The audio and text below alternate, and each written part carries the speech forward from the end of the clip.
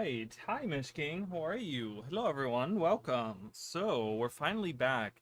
Yeah, I haven't been streaming much either, so I wanted to go in. Oh my god, hold on.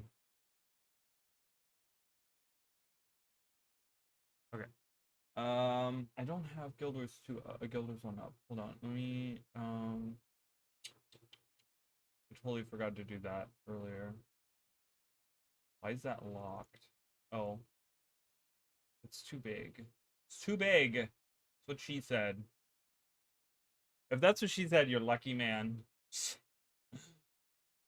Let me put that in there. That's fine. That'll work. That's good, right? Yeah, that's fine. Oh, wow. Well, welcome. Perfect time. See, it's meant to be. What are all these? I have like a bunch of things. Oh, these are the images that I had. Okay. I can get rid of these. I don't need those anymore. Well, welcome. We're gonna do some Guild Wars 1. I haven't been picking this up. I've been trying to do more. Welcome. But yeah, I haven't done Guild Wars 1 in like forever now, right? Like, so I was like, let me go in. Let's do a viewer count. I did add that in at some point in time, so we'll just put that down there so we can kind of see that. But, whatever. I've been doing all right. Been going hard to do. I see that. I've been seeing all your pictures and stuff going through the journey, which is kind of cool to see. I need to. There was a point in time where I wanted to go through the whole story of like Guild Wars 2 now that the like Dragon Saga is done and stuff like that. I just haven't really had time. So that might be something. I don't know if we're going to be tackling that anytime soon. Like I said, I do want to kind of continue this a little bit, which is pretty much our journey into doing all of the content in Guild Wars 1. Oh wow, look, our character is so old that we got a birthday present. I just want you guys to see that. I need to put that in the bank somewhere, and I don't need this. I can sell that. Okay. First of all, let me turn on sound. We cannot live without the Guild Wars 1 amazing soundtrack. Are you kidding? What? I hope you guys are doing well. Oh, you guys can't even hear it. There it is. You guys should be able to hear it now. All right. How's my skin so good today? Oh, thank you. I am gonna be honest with you. I haven't shaved in like 3 days. I need a haircut really badly. My skin, I don't know. My skin just looks like this. So I appreciate that. I will say I do moisturize. I don't have like a skin routine, but I do moisturize usually. I didn't do that today. So I've been kind of lackluster, so thank you. This is just what I usually look like, but I appreciate that very much. Yeah, it's all the stress and anxiety. It's all the stress and anxiety makes me look like that. I'm just kidding, but yeah, I really do appreciate that. Thank you. I don't know. I can't really if you're being sarcastic, you know what? I'll take that too. That's fine. But yeah, where am I going? I'm going to the ad. Yeah. Really, I can't do the scrub. It's itchy. It's gross. I'm gonna try to get a haircut tomorrow. Um, the thing is for the scruff, like, first of all, I personally don't like it because it's itchy and like, eh. Um, I'm still gonna keep like the this part here or whatever, but it just gets so itchy, and then my job also doesn't allow me to have that. For my job, they need me to like take care of all of that, so. So unfortunately, I can't just grow it out. I will never grow out a long beard. So if you guys are ever expecting that, that'll never happen. Unless like, I don't know. Unless someone is like, I'll give you $1 million if you grow out a beard, I will most certainly do that, because that would be the easiest $1 million ever. Because my facial hair grows like no one's business. Grows like my lawn outside. It's just like, you turn around for too long and there it is up to your knees and you're like, what just happened? I just took care of this. So what's your job? I'm a bartender. I'm a bartender by night, a content creator by night. I'm a content creator. I'm a bartender by day and a content creator by night. I completely butched that. It shows you how much of a fucking badass I am. Yeah, I'm a bartender by day, so I do this by day. So I do I do interact with people on a daily, and I get people drunk every day. It's fun. A bunch of old people, especially. So, for those of you that are new, welcome everyone. So, just to keep, I know that I haven't since getting the partnership. I don't think I've even done any of these streams. So I have a feeling that a lot of new people are going to be watching. So I'm gonna go through that. There's a couple of other things that I wanted to talk about, or one other thing that I wanted to talk about that came up today. Again, this is a subject that seems to be coming up, and especially on different platforms. So I kind of want to talk about it a little bit. And it'd be kind of nice to talk about it because we are playing Guild Wars 1. Look, there's Ogden right there. For those of you that know Guild Wars 1 or Guild Wars 2 Ogden. Ogden is hanging out. But we should arrange doing content like strikes in Guild Wars 2 sometime with your subscribers, people on Discord. Well, I mean, I could do that, but it would have to be led by someone else because, and that's always the issue that I'm running into. So we could plan that at some point. I don't know if that will be in the immediate future, but it's something that I guess we could talk about it on Discord and kind of see and get people on Discord, because it has to be led by someone else, because I do not know these fights at all, and I don't like you guys, as you guys know, I'm like anti proper rotation and stuff, you know, so I'm like totally not versed at all in any of those fights. I could do like probably like the Ice Boot Saga strikes. I could probably manage those, but like anything serious like beyond that point, even the End of Dragon strikes, like I feel like I've done all of them like maybe twice, and specifically the Harvest Temple one, I've done like once. So I did those when they came out, so yeah, not really good, but I'd love to play together, but I'm on EU. Oh, well, that's very sweet. Yeah, I'm sorry that you're in EU. I don't know. I mean, we'll have to. I'm not a good leader, but I could probably do that. Most aren't that hard. I mean, they're not that hard. You know, especially if we. I mean, we could maybe start with like just doing the Icewood Saga ones. The problem is like, you know, that's like it's kind of short to go through that. So, I don't know. Yeah, I don't know. We'll have to kind of like look at that. Most of us are on NA, and I kind of stream for like NA times. Raids, yeah, I don't think that's gonna happen. That's unfortunate. I don't think that's gonna happen. I used to do raiding, so if you guys know, Chicken Noodle, he is one of the partners. He hasn't really done any content in probably, you know, over a year now, like proper content, you know, and he kind of stopped streaming like, I don't know, like 6-7 months ago or whatever. I don't even know how long. Time passes me by, and I spit out random time frames, and it could be literally by 6-7 months. I could mean any time between yesterday and 3 years ago. I don't know. Okay, I'm just, you know, somewhere in the ballpark of like somewhere around there. The thing is that like I used to go on his streams. You can probably find some of his older streams too. I don't know if they still exist, but I used to go raiding with him every so often. So those were kind of fun.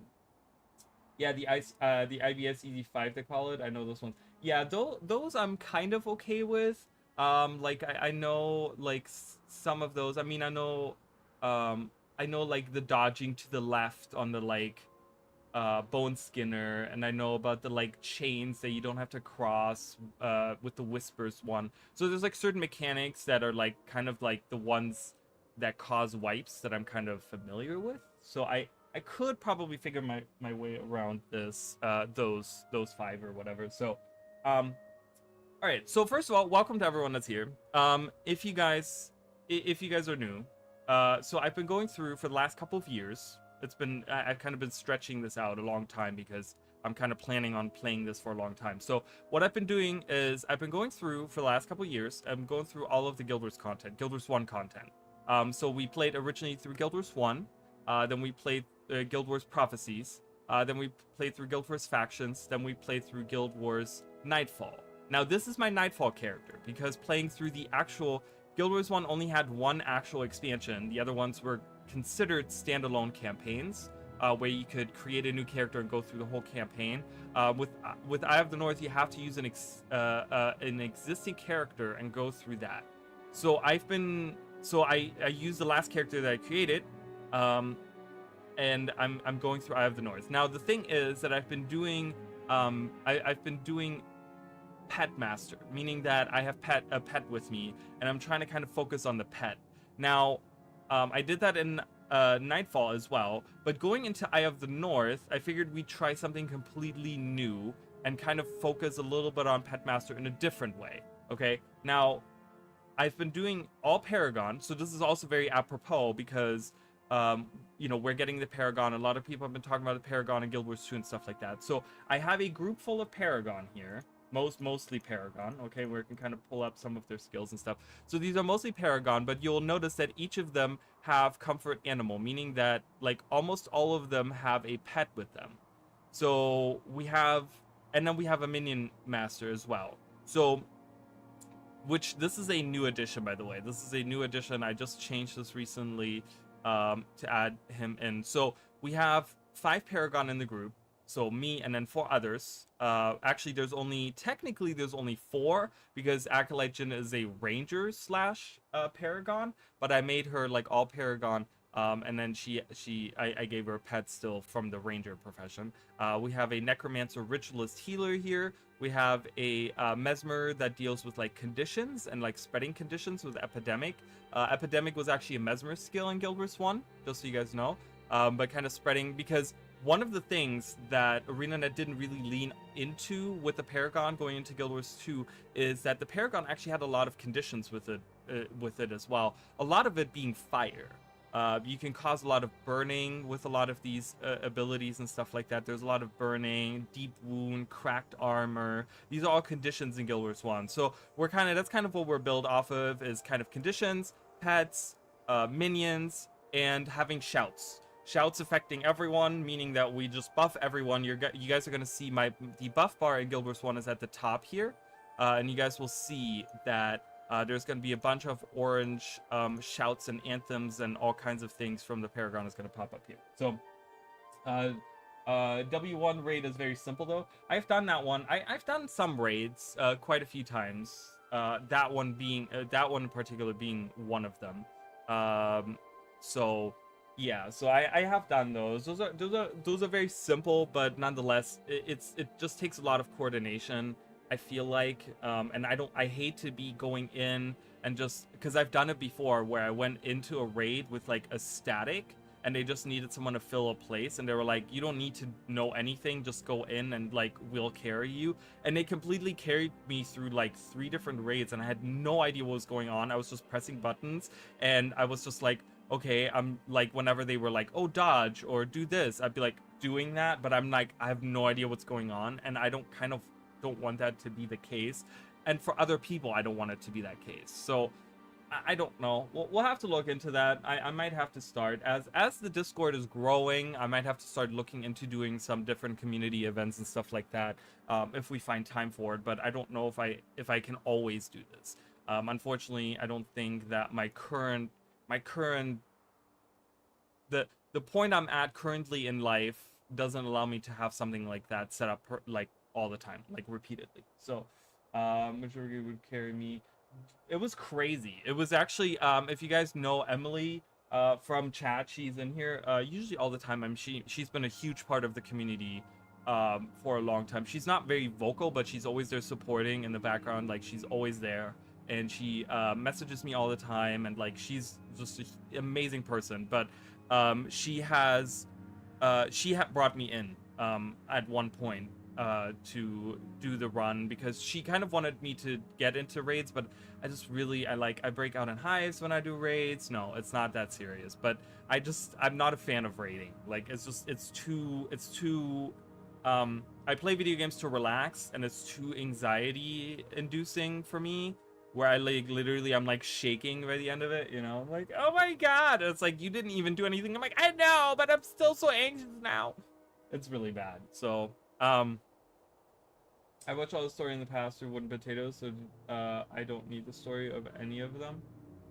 Yeah, I didn't watch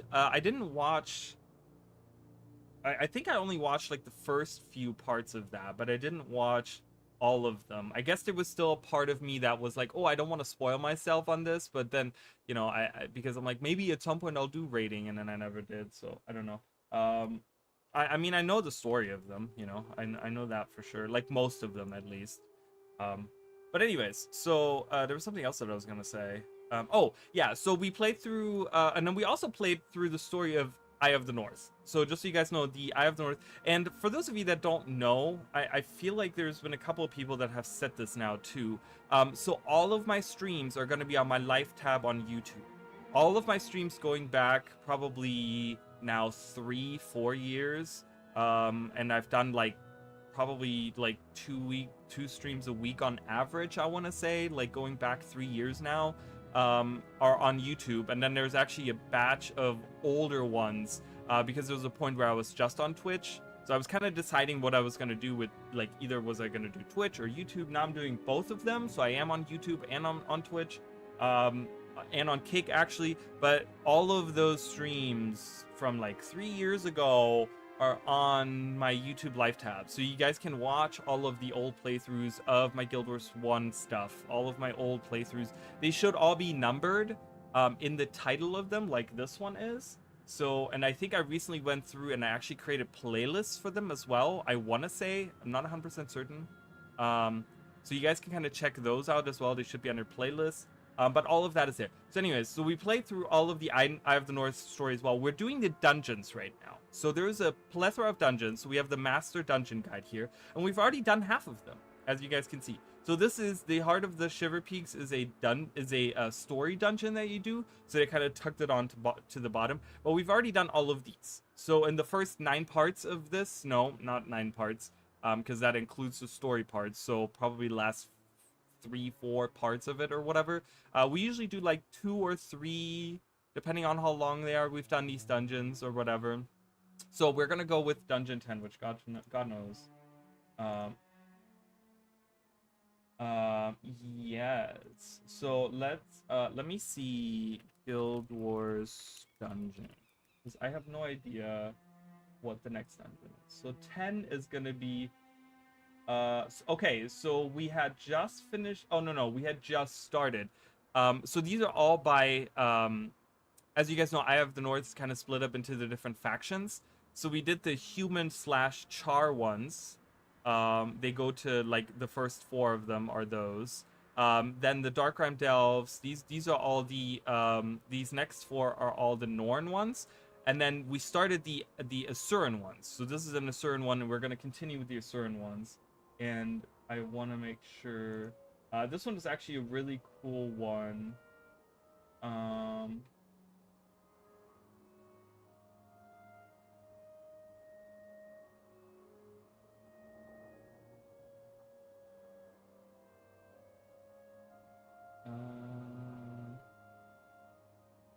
I don't think it really matters. I just had to look at this dungeon real quick. So, do you have VODs of this playthrough anywhere?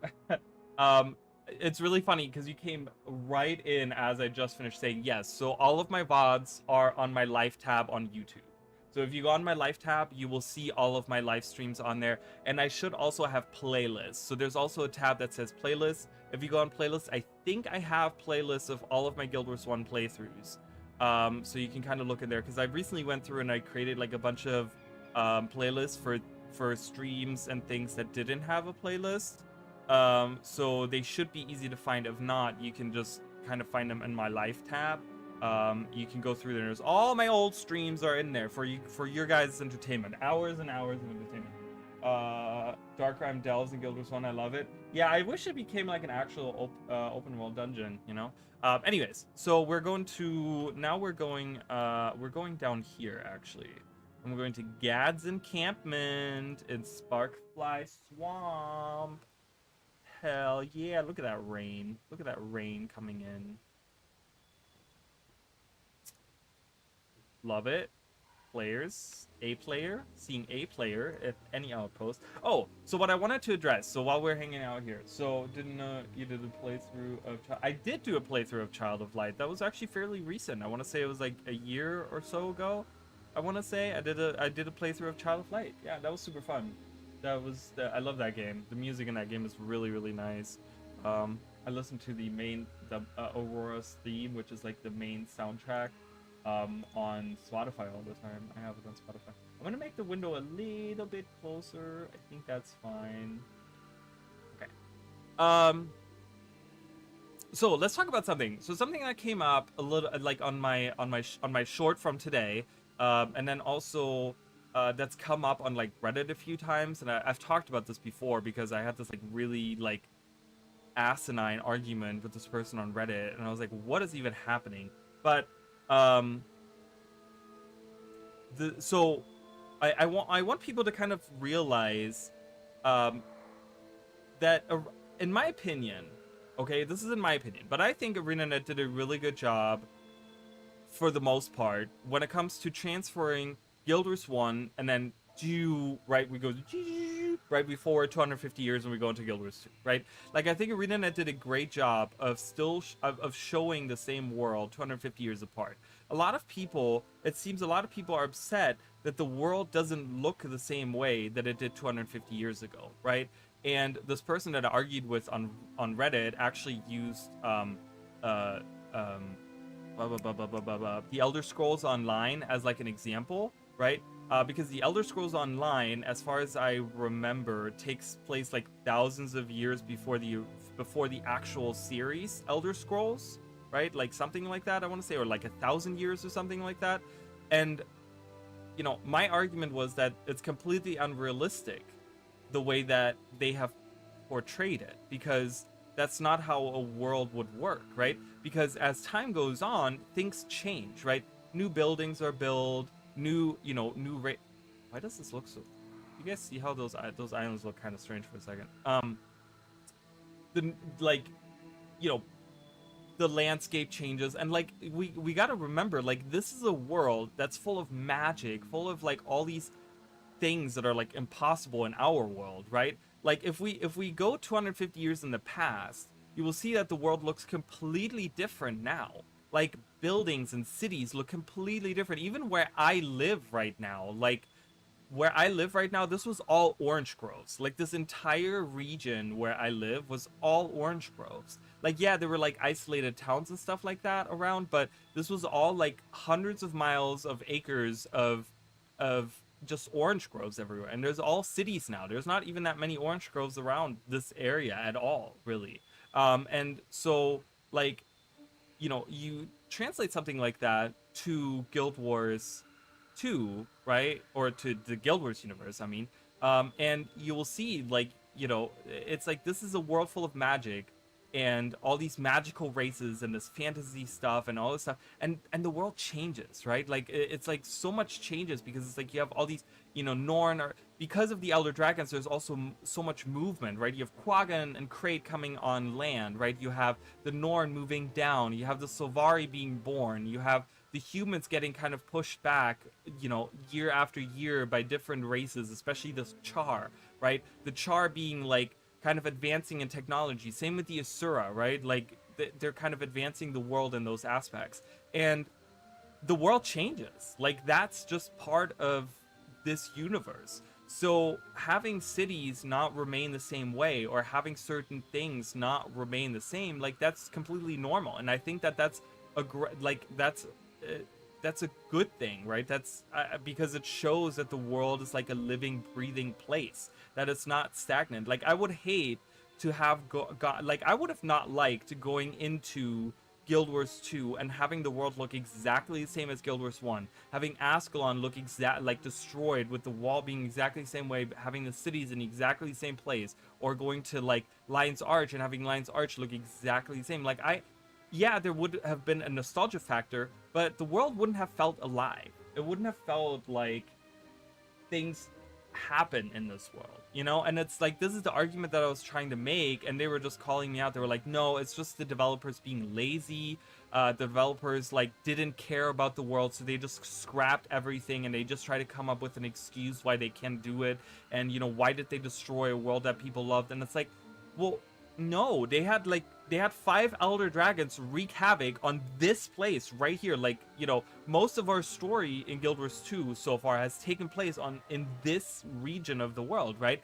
And they needed to portray that there's 5 gigantic dragons going in and being forces of nature and destroying everything, on top of having a plethora of different races on the planet with magic, with technology, trying to advance themselves. Obviously, everything is going to change, but I like the way that they have preserved a lot of things, right? Like certain names, like, you know, having Shaymore still being a city, right? Like, but now Divinity's Reach sits up here, right? Like, but things like rivers, for example, rivers don't necessarily change. Like, people don't, like, they might dam a river, you know, they might try to dry out a river or something if they want to build on it.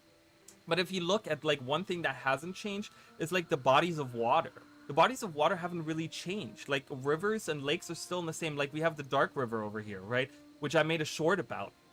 And you can find that exact river in Guild Wars 2, right? Or like I said, like, Divinity's Reach still has, like, water all around it. Obviously, this has changed now, you know, but it's still there, right? Like, those bodies of waters have it. Like, when you go over here to Grothmar Valley, right, in Guild Wars 2, that river still flows through here, right? Like, giving a testament, this big lake, right, is still there, right? Like, it gives a testament to, like, they understood that, like, bodies of water don't change, right? But, like, you know, the landscape can change in a lot of different ways, and I like that. I you know, I don't know, I'm a big fan of that. So okay, sorry guys.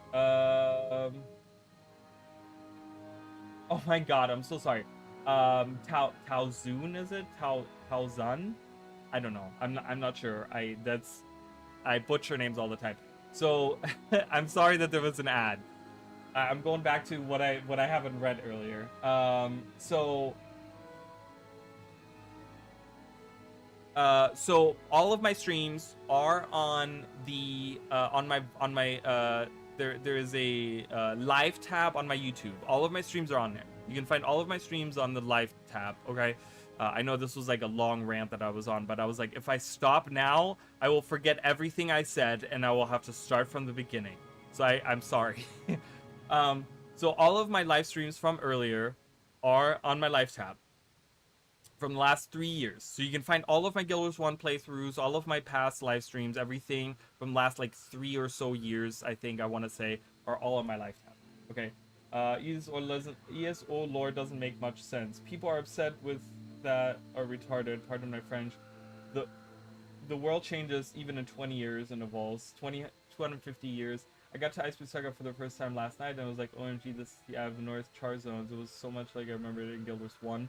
See, and that's the thing, is like, you know, the areas changed enough for them to feel fresh, but they didn't change enough for us to not recognize most of the places that we're going to. There are certain places, like, one of the things, you know, I made a whole series on Guild Wars regional lore. Okay, if you guys haven't checked that out, there's a playlist on my channel that's called Guild Wars 2 Regional Lore Intro, which kind of goes through each region. It goes to Ascalon, the Shiver Peak Mountains, Kryda, like all these different places, and I kind of talk about you know, from Guild Wars 1 up to the point of Guild Wars 2, so that people that go through Guild Wars 2 kind of understand what the history of the region is and kind of what has happened.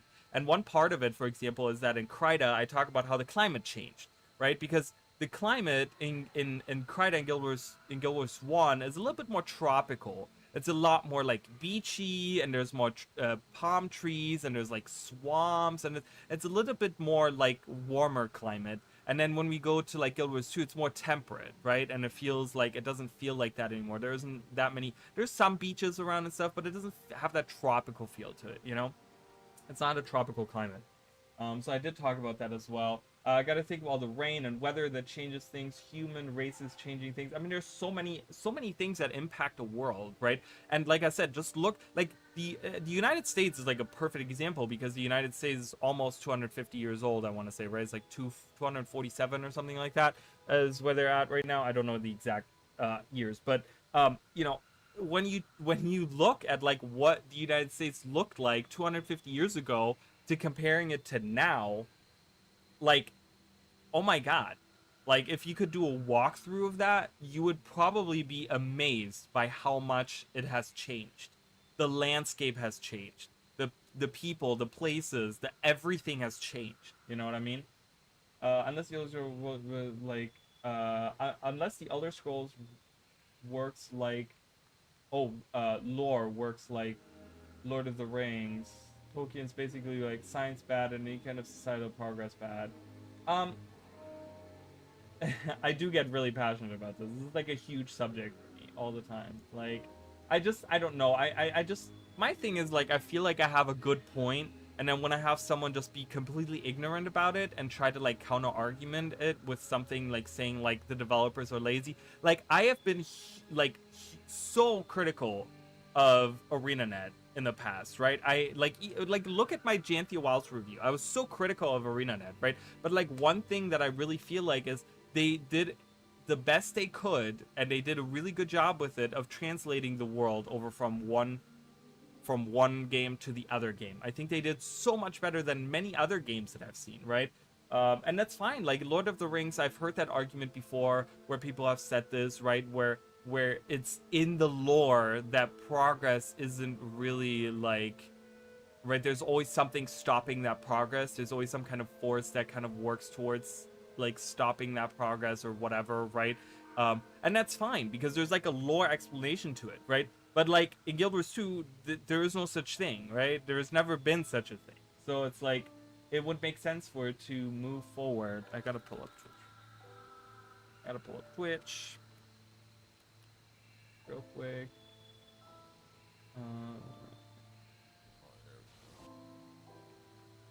Someone's playing Night Rain.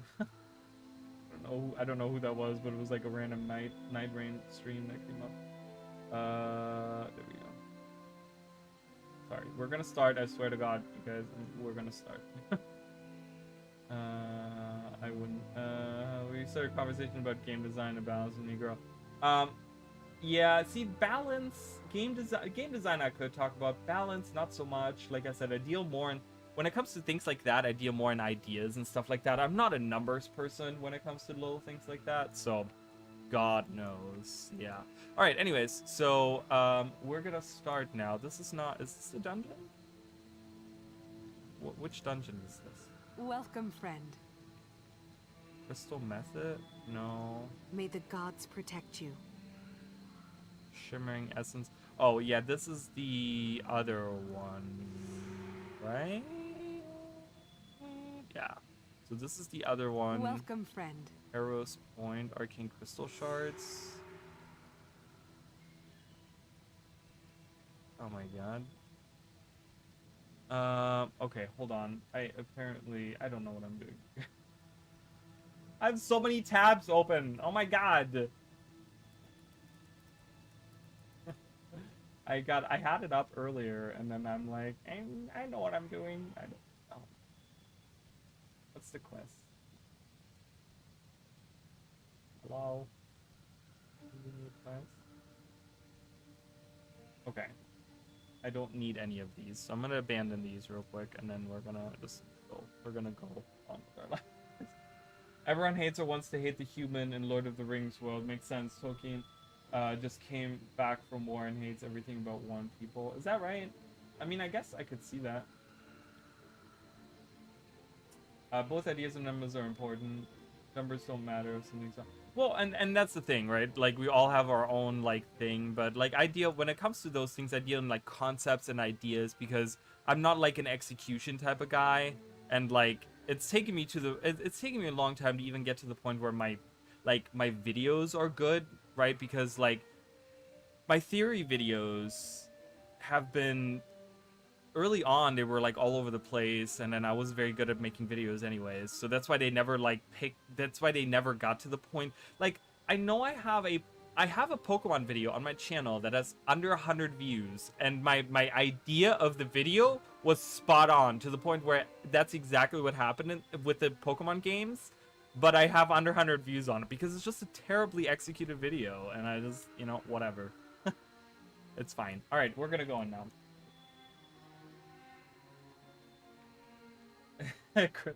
Really? I can't do impressions, so I can't do a Christopher Walken. He's a great person to like impersonate though, because he has such a specific way of speaking. So that's really funny. All right, anyway, so here we are. We have our pets. So Ember is our pet. She's the only one that we get to name. So she's a little she's a what? I forgot what she is. She's like a lizard type of thing. But then we also have Mrs. Krabs with us. She's the blue crab. We don't have a red crab anymore. We had Mr. Krabs, who was a red crab, and then we had Mrs. Krabs. I don't remember any of their names. Does anyone remember any of the names? I know we had the Moa that was named something. I don't remember what the Moa was named. Did we have an eagle, or is the eagle new? I think the eagle is new. I don't think we had that. The stalker is new as well. Is that it for pets? Oh, the crocodile. I forgot the name. Croc. The crocodile we just named Croc after the like video game character Croc. So, I do want to look at this. I have 22 skill points. So we're also going to be summoning Ridlock to help us. Oh my God, we're getting attacked by raptors. Go, everyone, go, attack.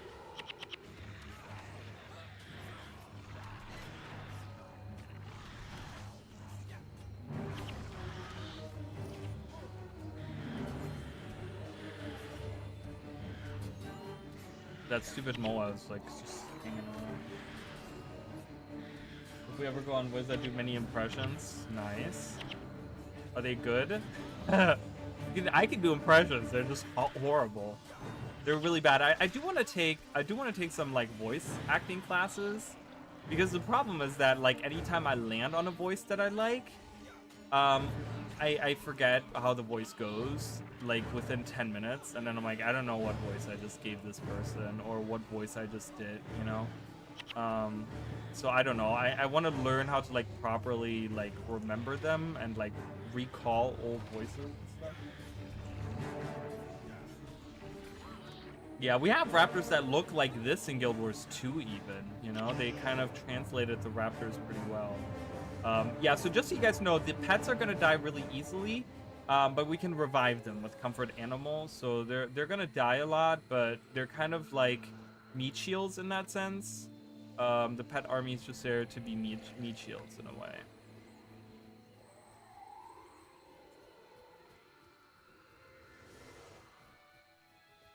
I want to get to the point where I can make my own voices, but you know, whatever.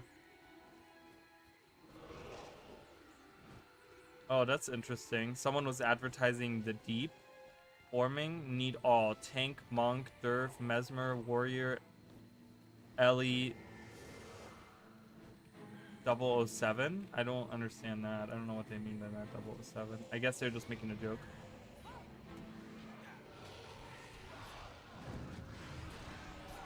Ferrothrax. They're pretty tough. Ember died again. So anytime my pet dies, I get a global cooldown on all my skills. So it kind of blocks me from doing anything for a few seconds. Let me know if like the sound is too loud or something. All the other pets are fine. It's actually really interesting. Mine is the only one that keeps dying. It's very upsetting. Go! Get that Ferrothrax. But yeah, as you guys can see in the top left, I get a lot of these. These are all like different shouts and stuff. These are all different Paragon shouts, like anthems and chants. They're all chants. Well, there's a shout there. Elite Echo. I ran a lot of Discord way team for my heroes. Nice, nice. I have like a Mesmer way on my main Mesmer. That usually, like in videos, you guys will see me usually run my my Mesmer as my main kit. That's my main. So in like today's video, for example, when I talked about Promise, you can see that I was playing my Mesmer there. We have a big river there. So where we are right now is actually Sparkfly Fen. Called Sparkfly Swamp in Guild Wars 1. Looks a little different, but still same area. Also, for those of you that are curious, I have a series of live streams that I did that I haven't really gone You aren't from around here. in and done anything with it, but like recently.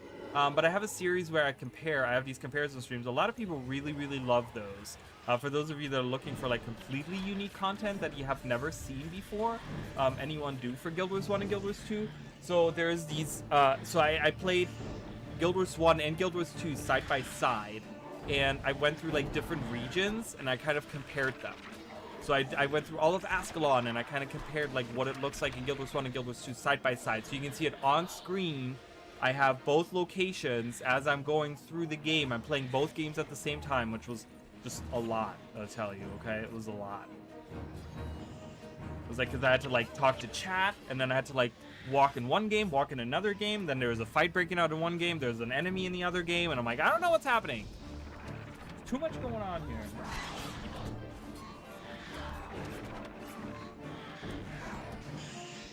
Matt Mercer? Yeah, I know. Well, that's the thing, though. He's like a trained professional in that sense, you know? That's what he does for a living, so...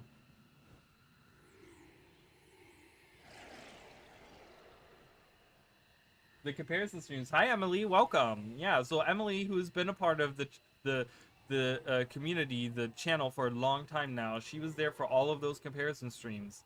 And they were really great, right? I don't even know where I left off with them. I don't even know. Like, the thing is, the last 2 expansions have been in new places that we don't have in Guild Wars 1.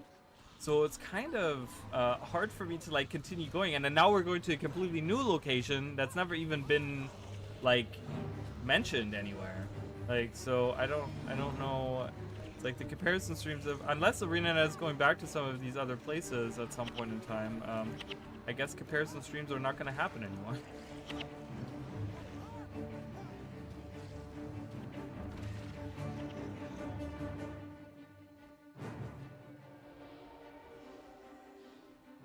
Those Mousianas Jones, Mousianas Jones. I at first I didn't. I was like, is this a typo? What's happening there? But I understand Mousiana Jones. This is a reveal mechanic. Yeah, I don't know. I feel like a lot of those. The problem is you know. The thing is, a lot of people always talk about like, you know, concept on paper versus actually seeing them in action, right? The thing is that the concept, you know, on paper is one thing, and then seeing them on stream is another thing, but then like actually using them is a whole nother thing, right? Like the thing with that is that like I think specifically, oh, I gotta change. I just realized I gotta change. Wait, I need to look at something real quick. That's destroyers. Not too annoying. Does that only work in areas? Does that work underground?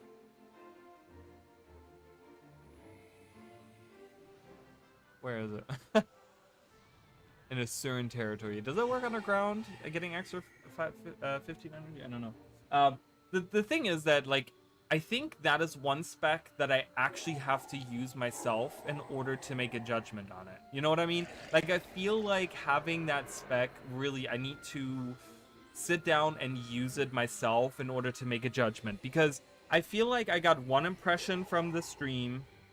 I got one impression from the reveal video.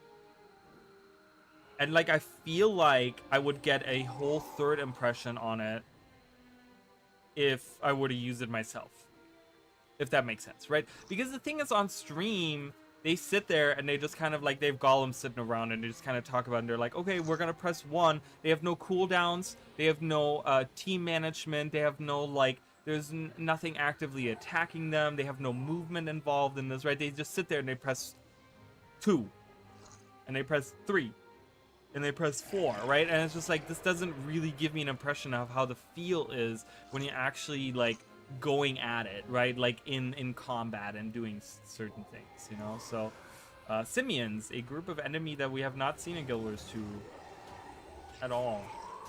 Kill them! Kill all the apes, the monkeys. Simians are monkeys, not apes, and those are 2 different species too. As a bartender, what's your favorite drink? What's my favorite drink to make or drink? My favorite drink to make is a glass of wine, because I don't have to... Actually, pouring a glass of beer, because it takes the least amount of effort. No, don't revive! Someone interrupt him! Oh my god, he revived one of his friends. Kill him! Kill him right now. He revived one of his friends. We can't have that.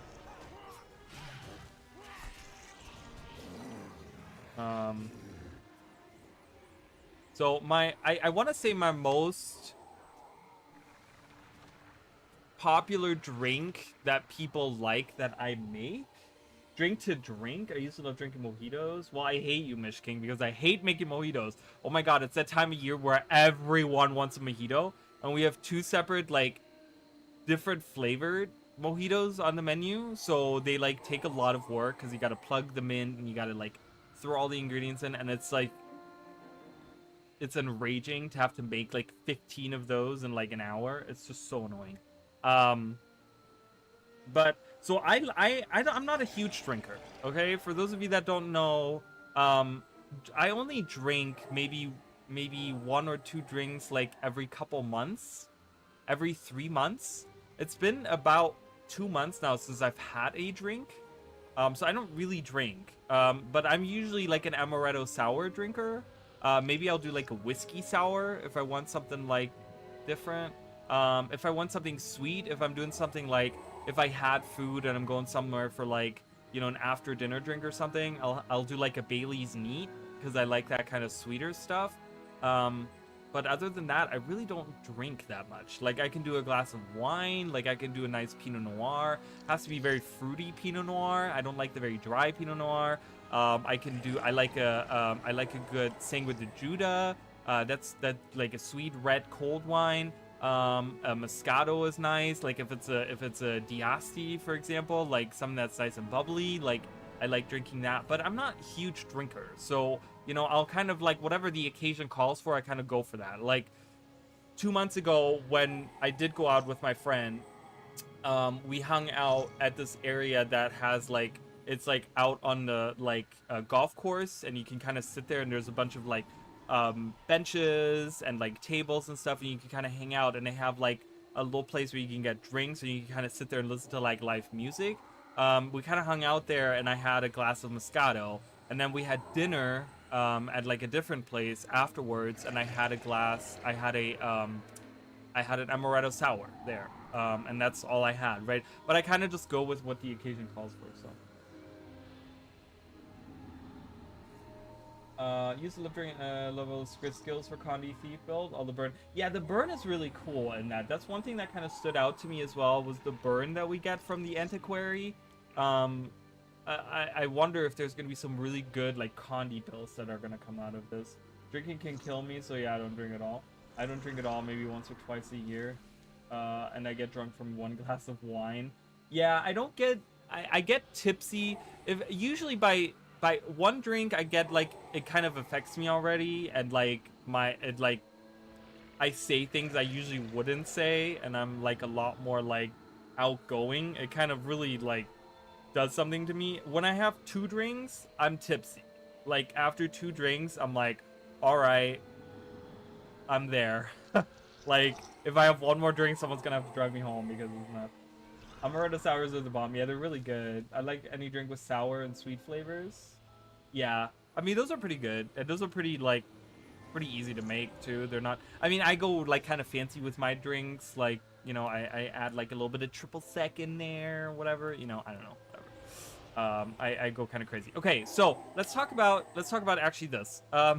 Beside my real life job, because that's already depressing enough. I don't need to talk about that anymore. Just so you guys know, I do not like my real life job, but I'm kind of stuck in it, and it's easy money, and I get to kind of have a fairly easy schedule. So I'm not really huge on my real life job. But anyway, so just so you guys know, this dungeon is right over there. This dungeon that we're going into is actually a reference, if you guys have ever watched Blue versus Red. Okay, that long standing series that ended what, like a couple years ago or whatever, with like season 15 or whatever it was, right?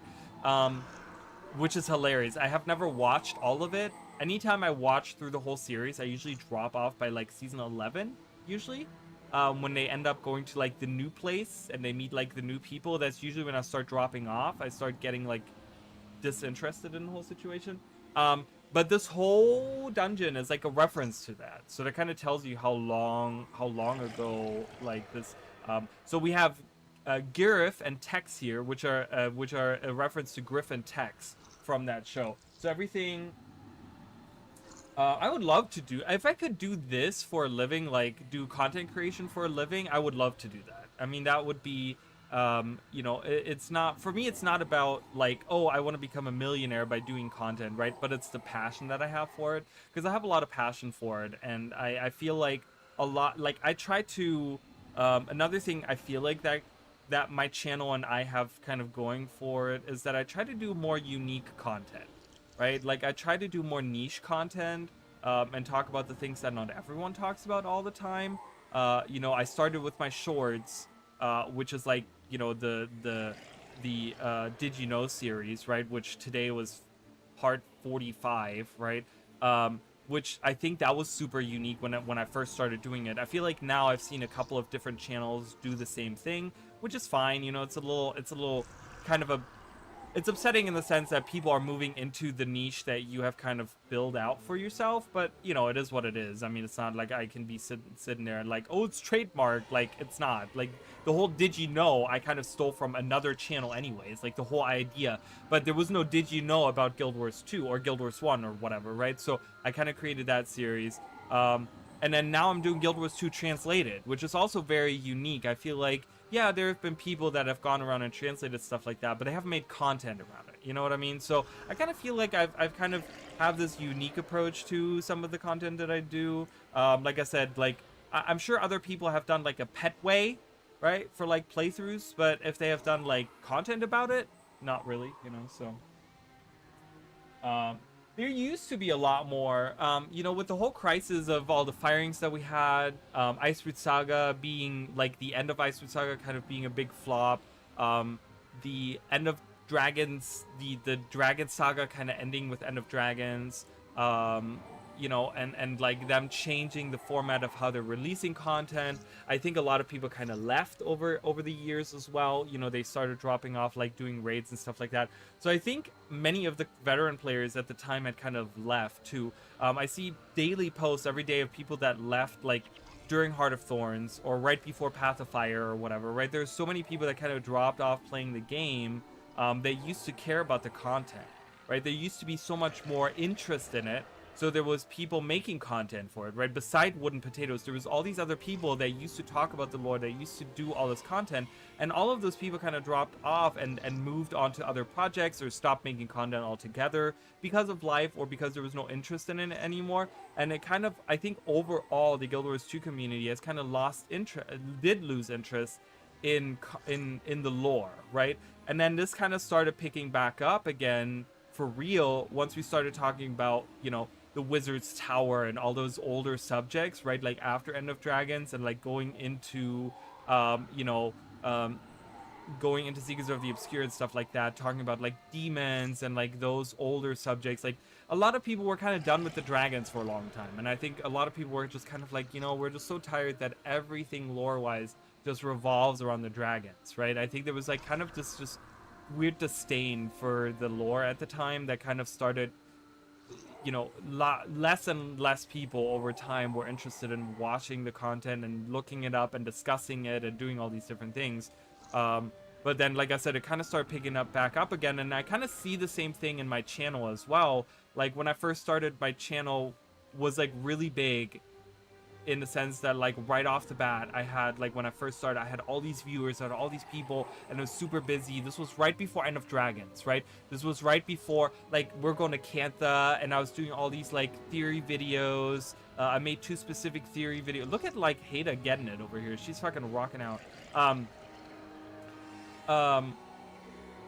Like we were like, you know, we were talking about all these crazy things because people wanted to go back to Cantha, right? And it was finally like ArenaNet was listening to the community, blah, blah, blah, all this stuff.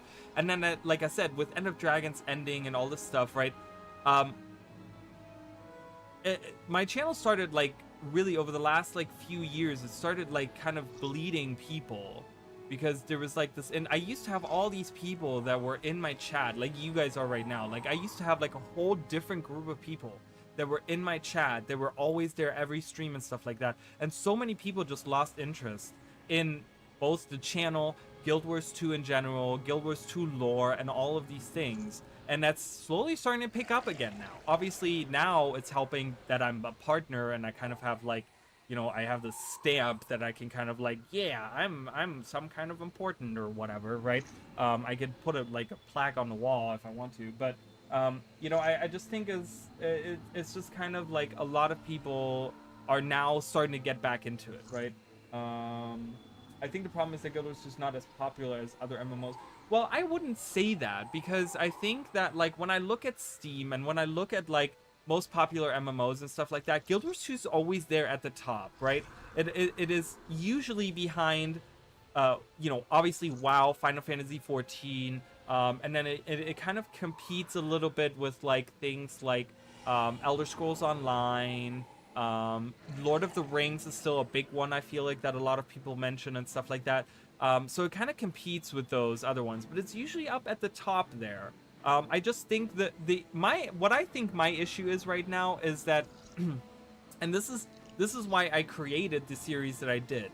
I think the problem is right now that we're 15 years into the game and into the lore of just Guild Wars 2, that it's really hard for people to pick up on the lore, because when they start playing free-to-play Guild Wars 2, they start talking about all these other subjects that have nothing to do with what people are making content about right now, right? So there's a huge disconnect, because there's a 15-year gap between new players and the content that's being produced right now. No one is going around producing content about Elder Dragons. Who do you see talking about Elder Dragons? No one gives a shit about them anymore, but new people play that. That's what they play. New people play Guild Wars 2 and they deal with the Elder Dragons, right? And then if they try to look up content, it's now buried in 15 years of other content, of spoilerish content, where like the whole crisis of the Elder Dragons has already been solved, right? But the first 10 years of Guild Wars was so reliant on building on top of the Elder Dragons lore that we knew, right? So the interest in trying to get into the veteran players are interested in the lore that is going on, but like I said, a lot of them have dropped off, so that veteran community is probably a lot smaller than it used to be years ago, right? And then now we have a lot of new people that are trying to catch up on the content, and it's taking them a long time because it's 15 years of content that they're trying to get to, right? Where they're getting to the point of like, we're going to Castora, right? And so it's one of the reasons Guild Wars 2 is so overwhelming. It is. It really is. There's a lot of content. Like, people don't understand. There is a massive amount of content in Guild Wars 2.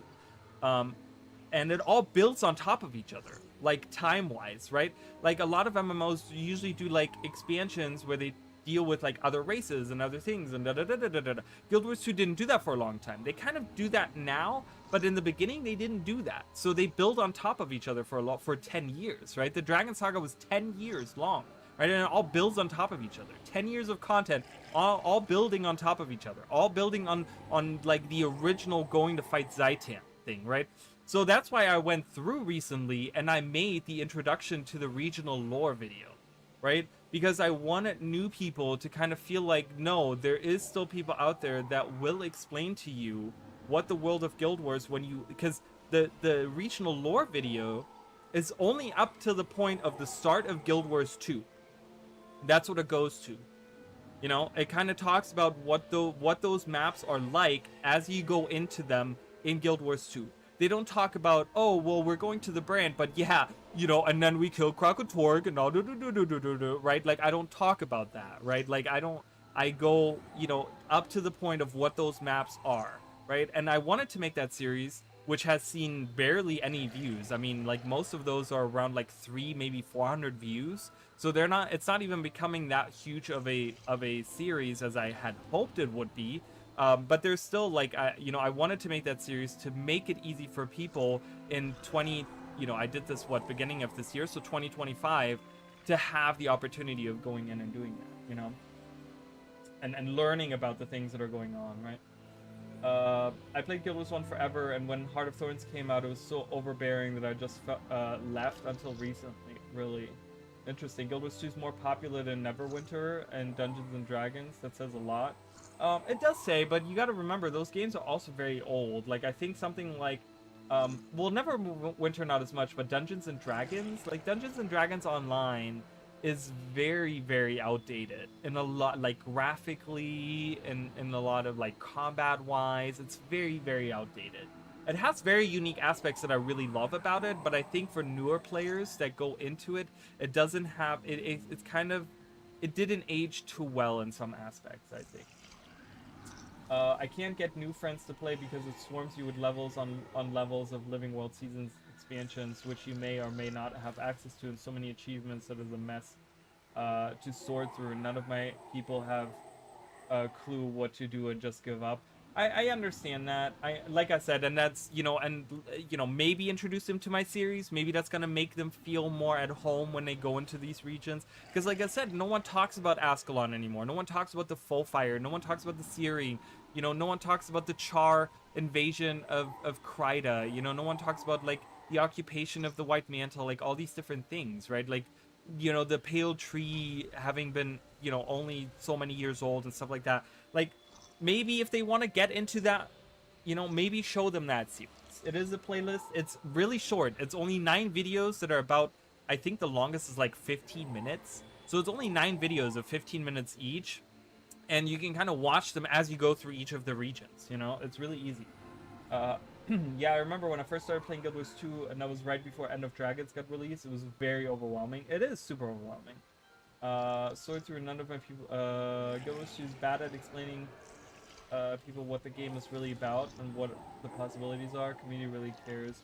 And that's the thing. It's like also, one thing I think that turns off a lot of people is that so many things in core Guild Wars 2 are outdated, because ArenaNet had for the better part of 13 years, like 12 to 13 years, they kind of had this mentality of always moving forward, leaving behind the content and always moving forward, introduce new systems upon new systems upon new systems and upon new systems, new story, and we're not looking back. They're finally kind of catching on that maybe that's a bad idea, and they're going back and like revisiting older systems. I kind of want them to revisit older regions and kind of looking at like that. And there will be a video at some point in time. We've talked about it many a times. It's actually one of the videos that is the top of the videos that videos to make. It literally is a posted note right here, and the top video is a return to Tyria expansion video that I wanted to make. So nobody talks about dungeons, which is fun content, but Arena's actively killed it. Yeah, I mean, so many things, right? So I try to keep that, because the Did You Know series as well, kind of right now, the first 50 episodes I had planned, so there's 5 more coming that are just focused on core Tyria. I do not want to go into expansions. I do not want to do Did You Knows. There's going to be Did You Knows after that are going to be about the expansions, but I wanted to do the first 50 of them based on just core Tyria, and then I'm going to do a whole video that takes all 50 of those, and I mush them all together. I make a whole new video where I just talk about all 50 of them. I list all 50 of them, and I'm going to go through really fast, so it's not like 45 minutes long, right? So I'm going to go through them really fast and kind of list all these different Did You Knows as an actual video for those that didn't see the shorts. But again, it's supposed to highlight the core game, because there's a lot of content in the core game. There's a lot of interesting things in the core game, and I hate the idea of people going into Guild Wars 2, seeing all the new videos about Guild Wars 2, talking about Castora and Paragon and the Wizard's Tower and Maban and like the Foundry of Failed Creations and all these things that have happened recently, right? Like talking about all those things that have no relevance to the core game of Guild Wars 2, and feeling like, because I feel like there's this FOMO, right? Like when you start that game where you're just, because that's how I feel when I start a new MMO and I'm playing it, right? And I see all these people talking about like, oh, this is going on and that's going on and and I see like videos about like this going on, and I open the launcher and I see all these info, like new expansion going in this region and doing that and watch this video about this really cool thing we're adding in this new expansion. It makes me feel like I gotta rush through all this content to get there because I'm missing out, right? And I don't want people to feel that way, because there's so much quality stuff in core Tyria that I want people to enjoy, right? I want people to go in there and really see like, yeah, there's cool stuff here. I don't need to rush through it. Like, I'll get to that eventually, right? When people talk shit on the Griffin collection or the Roller Beetle collection, I'm like, enjoy it. Because I wish I could do the Roller Beetle collection again, or I could do the Sky Scale, or not Sky Scale, well, the Sky Scale too, but the Sky Scale collection, or the Griffin collection, or any of those. You do those one time, and they're gone, right? This is all, like, so many years in the past now, that I'm like, man, I wish I could do those again. Like, they kind of are, like, I would have to make a whole new account to do that, you know? So, meanwhile, your ritualist is just spamming everything. I know. Yes. So let's go in. All right. So here I can pick on who I want to go with. Like both of these. So if I pick one of them, as you guys know, the little symbol above their heads means that that's a dungeon quest that they have. And so I can pick one or the other. It kind of changes like who you face inside. So it's like blue versus red, right? So you go in, you either face the blues or you face the reds, right? So I'm just gonna go with Griff. And there's Caboose here, and the Ophil tribe. I don't know if that's a reference to that as well. The Gokir tribe and Zim Mins. So this is Simmons.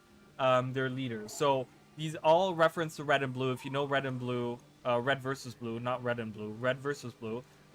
You'll kind of know. But I'll just go with Griff. I don't know. Make a new account? Absolutely not. It's never gonna happen. All right. So the red Gokir frogmen were recently displaced from their natural homes due to that bumbling text fuzzy math. This is talking about Griff talking shit about text. This normally wouldn't concern me, except I'm doing important research. I believe the freshly secreted slime off a Gokir's back can be used to create a new fuel for my creations. To my dismay, they relocated to this cave, the traditional home of the Yellow Ophil tribe. Now, some ridiculous tribal war has brought my research to a screeching halt. I couldn't care less about the beasties either way, but Gokir don't create slime once dead, and the day-old junk just won't do. So, be a good little buka and destroy the Ophil leader Caboose. Without a tribal leader, they should flee, giving me the chance to get back to work. I'll make it worth your while. What do you say? Okay, Tex isn't the girl for me. Count on me for the red team. So we're gonna be working for the red team, and we're gonna go in. So never knew about this content. Yeah, this is they have in Guild Wars 1. Like if you think that they use a lot of references in Guild Wars 2, in Guild Wars 1 they had a ton of like really obscure references sometimes too. There's like certain dialogue lines that like say something that are like complete rip-offs from like movies. There's so many. If you look at all the references in Guild Wars 1, it's crazy. But yeah, this is like a whole call to like red versus blue, which is really, really funny. So all right, Griff is here with us, and we're gonna go in. I don't know where this leads. This portal leads to the heart of the Shiver Peaks. So, and we have Blanc. We have a collector here. Not sure what they collect. Most curious. While lesser minds may bicker over whose frogs messed up their research, I will surpass them all when I complete my research.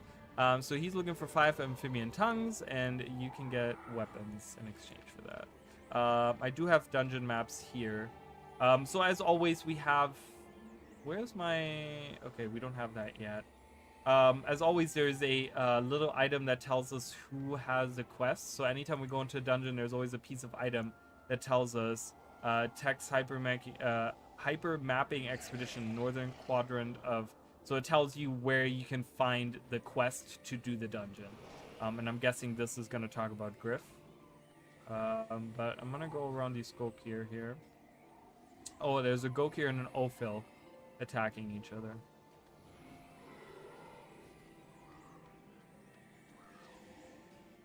Just gonna avoid these. All right, and we want to have that because we want to gain more in our what is I don't know what the what is it? Oh, Bold Delver. We're gonna get some dwarven reputation points as we go in. Does this? Oh, okay. My 15 points I don't get in underground. That's kind of annoying. Not too annoying. Haha. Anyways. Dead. See Griff. Okay. So the Gokir are our friends. So we have this guy here hanging out, and we want to kill the Ophils. There's a ritualist. There's a ritualist boss, patriarch. Oh, and we have treasure as well. So this skill, just so you guys know, Light of Geldrimore, for those of you that played parts of Season 4, you'll kind of know a little bit about Lights of Geldrimore. Or that did the specific, what's it called? The fractal? So Light of Geldrimore, what it's going to do in these dungeons, for those of you that are new to the series, it will reveal treasure and specific, like, secret switches for treasure areas and stuff like that.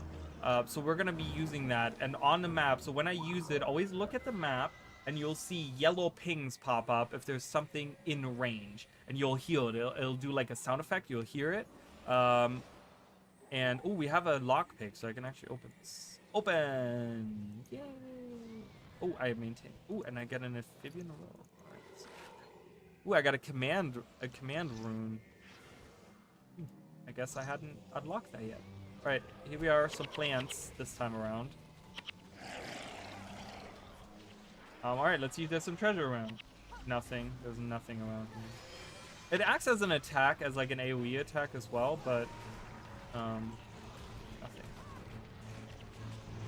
Unfortunately, I gotta go to sleep. I'm sorry to hear that. It's cute how you constantly like give me a pause and you give us a lecture. See, because I want to like make sense when I say things. Because if I say something too fast, I'll just fall over my words. But I'm glad you enjoyed that. I'm glad you enjoyed that. Well, have a good evening. I will be back again hopefully tomorrow. Maybe I'll try to go live a little earlier tomorrow so people can kind of watch from other time periods. Time periods. Yeah, like your Ghost of the Past. No, from other regions or whatever. So, but have a good night. Thanks for coming by. Appreciate it. Yeah, we're already at it like an hour and I haven't even started my first, like an hour and 20 minutes. I barely started my first dungeon. That's what always happens when I get like talking about all this stuff. All right, these are really strong. I don't know. Is there a healer here? Is there a glimmer of light? That's a healing spell, right? Yeah, so we want to get rid of that guy. He's the one that we want to get rid of. Okay, there we go. So we got to get rid of the blooming nettles.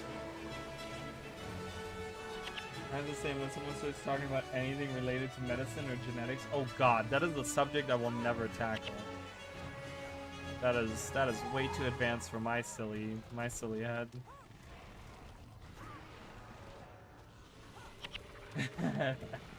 1800s feudal Japan. I hope you're dressed for the occasion. I hope you got your kimono out or whatever they wore back then.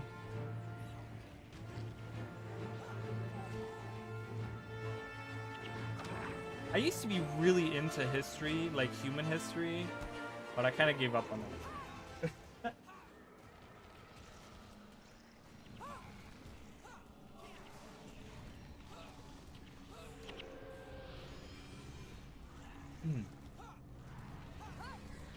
Bye, have a good night.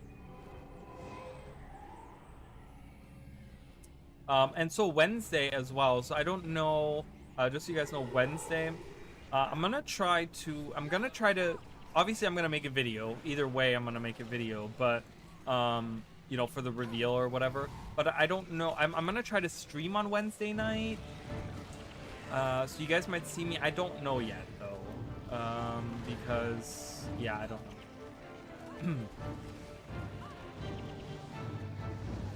So that is still kind of like, I want to stream, but we'll see how that all works out. Okay, let's attack the healer, please.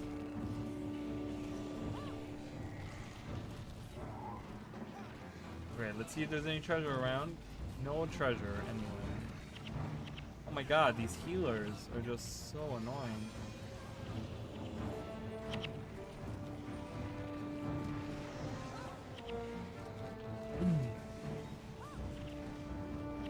But yeah, as you guys can see, the golden wings were a lot more prominent in Guild Wars 1.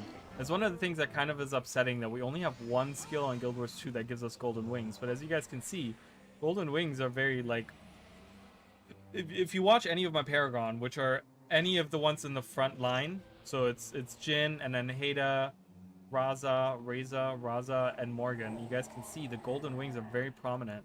I have a lot of, like, any of the skills that look like this, like the anthem here, And you guys can kind of see, so there's one like, oh. There's one here, one here, one here, one here, one here, one here.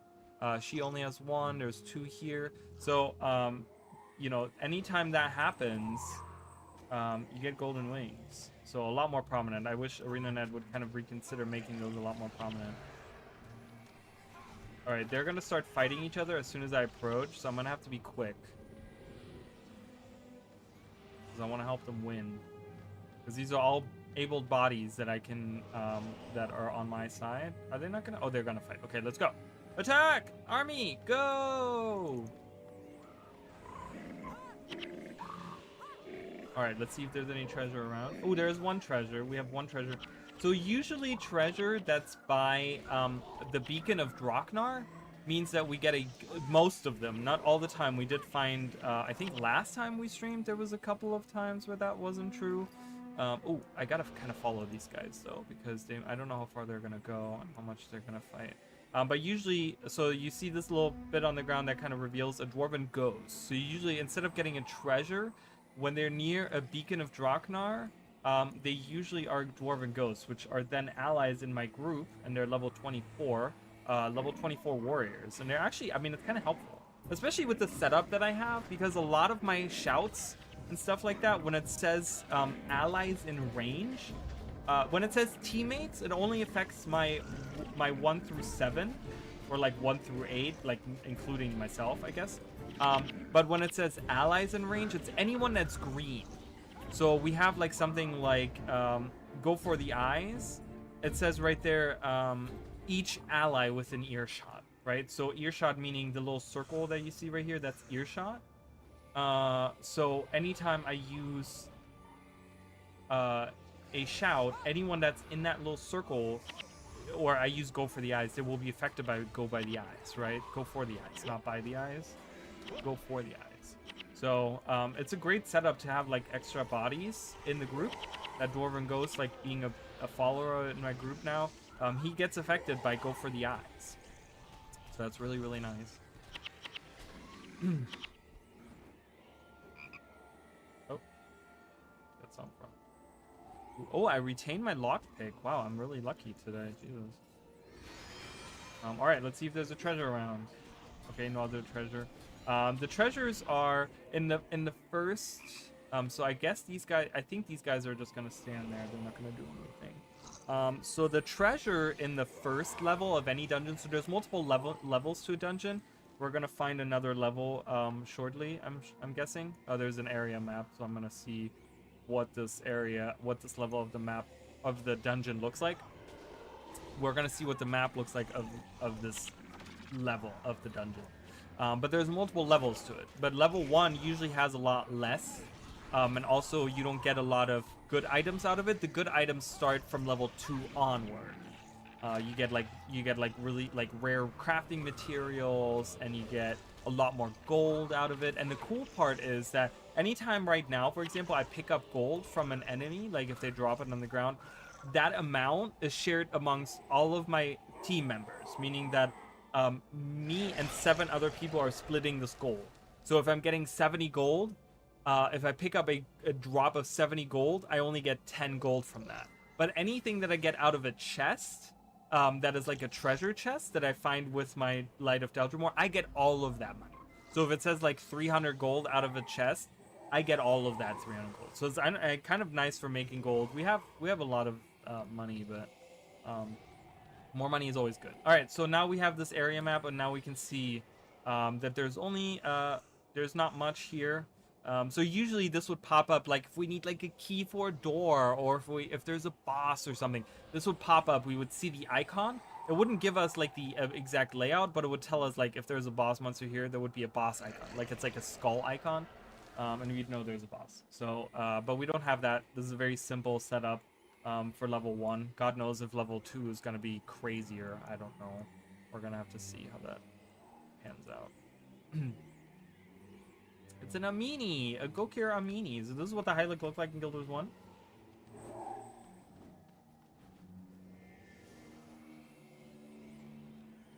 They're all stacked on top of each other, so you can't really see. But Oh, we have poison traps. Oh, great. I really want ice cream right now. Oh my god. Okay, we have treasure. So usually they have treasures right by traps as well. So I'm gonna position my friends to not follow me into that because I don't want them to all get poisoned. So the my pet and the ghost are still gonna follow me because I can't command them to stay away. But I wanna kind of reveal. So there's a treasure here, and I got 35 gold out of that. Not a lot, but it's something, you know. Every little bit helps. So I'm gonna actually run. Oh god, poison jet. That's 44 damage. All right, we're just gonna run through. I'm gonna need you all to not stand in that poison, please. Oh my god, I am so poisoned right now.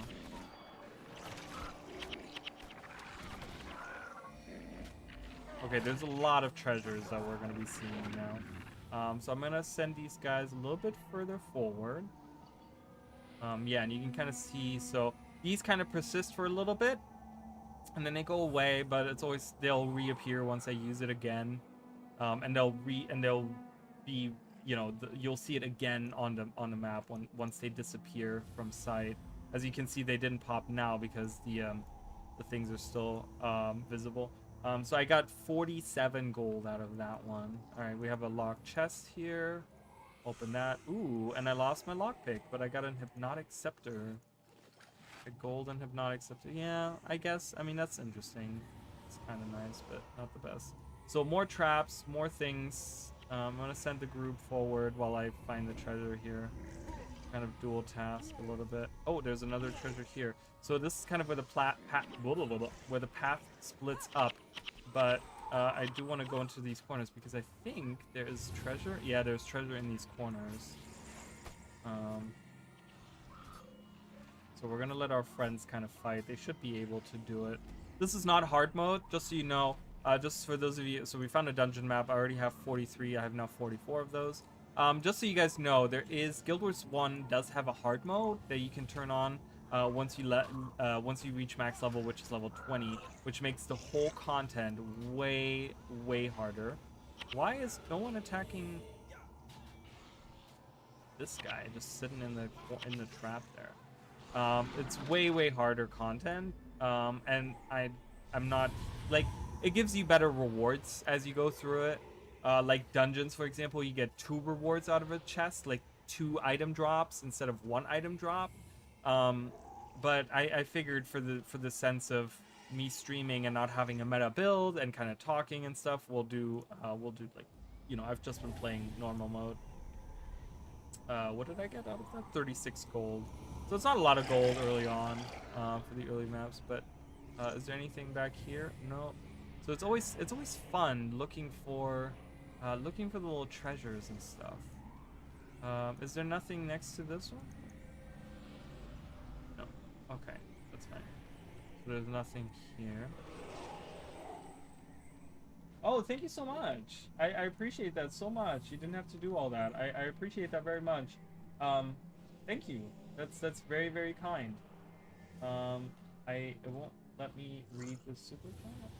Oh, is that the super chat? Gotta bounce? Is that the super chat? I don't know. This is actually the first super chat I think we've had in a year. So I appreciate it. I'm gonna pull up the stream real quick and see what that looks like. I appreciate that very much. For those of you that want to support the channel, I really appreciate it. You guys can super chat, but there's also memberships that are available. So you guys can get. Let me open. You guys, if you want to become members, you can. Yeah, okay, got them out. Okay, so that's what. Awesome. Well, thank you so much. I appreciate that. Have a good evening. Thanks for coming by. Yeah, so for those of you that want to support the channel, so first of all, I do have referral links down below.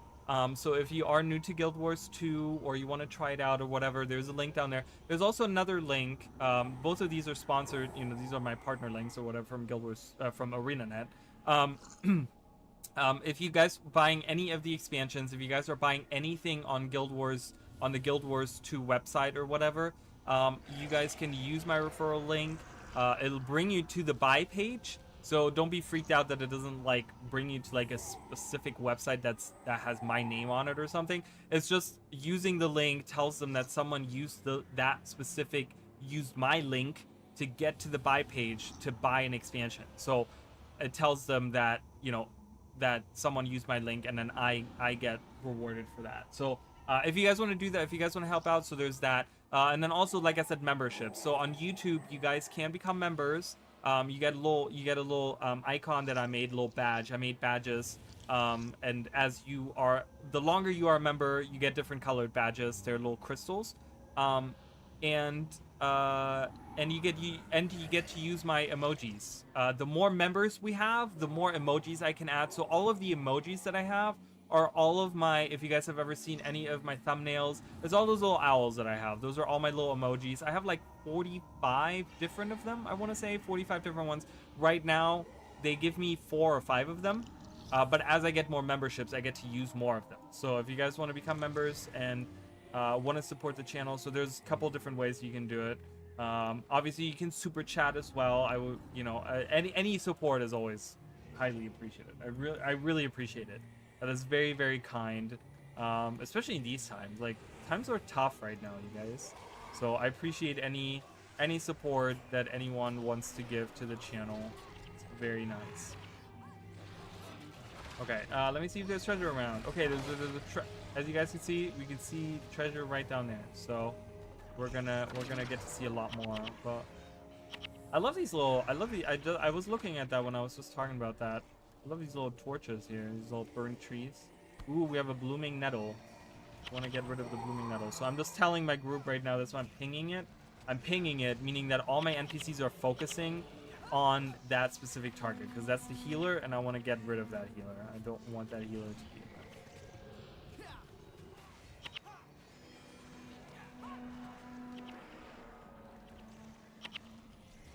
So if I'm talking too fast, or if you guys are missing anything, like, you guys can always, you know, stop me and I'll re-explain or talk about something again or whatever. I know that I'm just like going at it, and maybe some of the stuff doesn't make sense to a lot of people either. They might be like, what is he talking about? I don't know what he's talking about. Because God knows I have those moments myself. Oh, there's another. See, do you guys see that? Do you guys see that? I knew there was like 2 that were revealed, but I only saw 1 treasure. And then, but this is like completely obscured by the like vegetation in the ground. You can only see like a little bit poke through the like leaves. Oh my god, that's crazy. I was like, there was 2, but I only see 1. Oh, it's a dwarven ghost. So we have a second. Guys, look, we have an army now. We have an army of undead, of animals, and ghosts. If I had a ritualist, which we do have a ritualist, but we... Look, it's the spirit of preservation, by the way, guys. This is the spirit that we're getting in Guild Wars 2. Spirit of preservation. Look a little different, but... Alright, I want to see if there's more there must be more treasure around here, right? So we could go directly to level 2 now, but I do want to see if there's any treasure around. Oh, and is there ever... Okay, so we can go to that later. I'm going to go over here and kill these guys.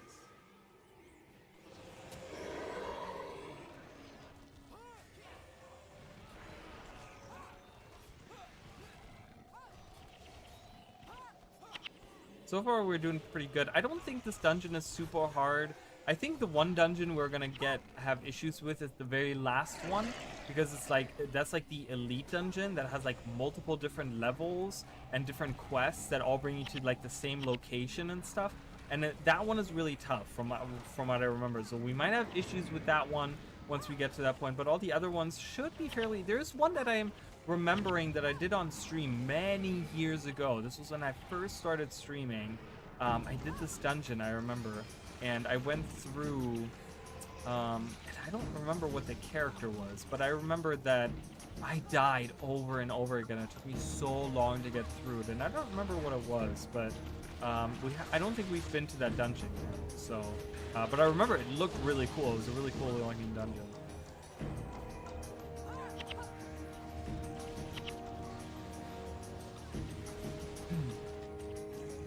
So we get combat music as like as combat goes on. Sometimes you get like a little bit more intense combat music.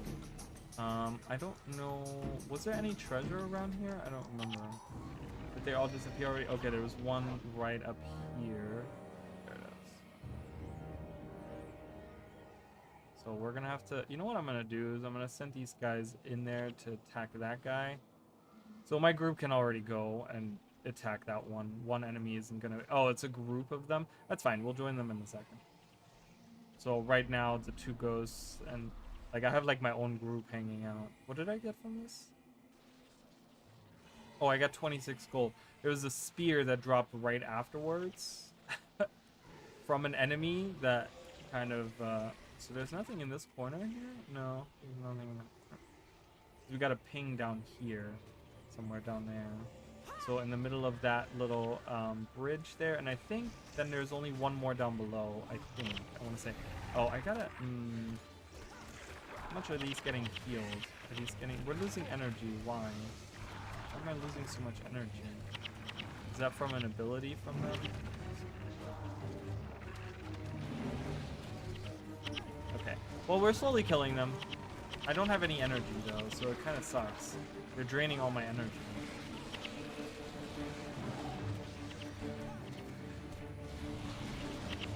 I don't know what's causing that. I don't know what's causing that energy loss at all. I have no clue. But luckily no one died from this.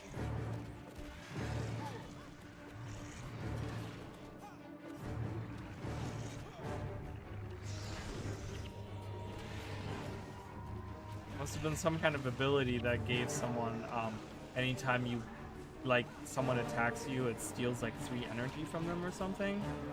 Oh my god, speaking of energy, so I did a short the other day talking about the energy mechanic in Guild Wars 2. How that was a thing. And then I was looking up for today's video, I was looking up the whole like river district thing. And so I was looking at very old videos from Guild Wars 1, and I actually saw a video of an alpha build character from like, it was like a press thing or whatever where someone was going through, and they had a character that had an energy bar with the, and I'm like, oh man, I wish I like saw this before I made that short, because I could have used that clip with it, because it shows you the energy bar. So you know how you have like the health in the middle in Guild Wars 2, and you have your weapon skills on the left, and then your utility skills on the right, and the endurance bar is now over the health bar, but it used to be above the utility skills.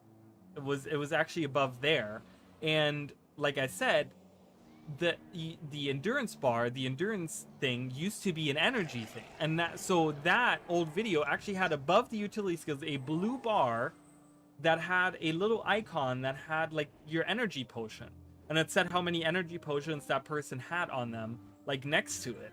It was so cool, and I was like, oh my god, and I was like, damn it, I already made that short. It was so annoying, but yeah, it's really cool to see that. Where is this treasure? It's right there. Okay. So unfortunately, the Dwarven Ghosts only last for the level that they're discovered in, so we're going to be leaving them behind as we move on. They'll not be in the party. I gotta wait for this to recharge.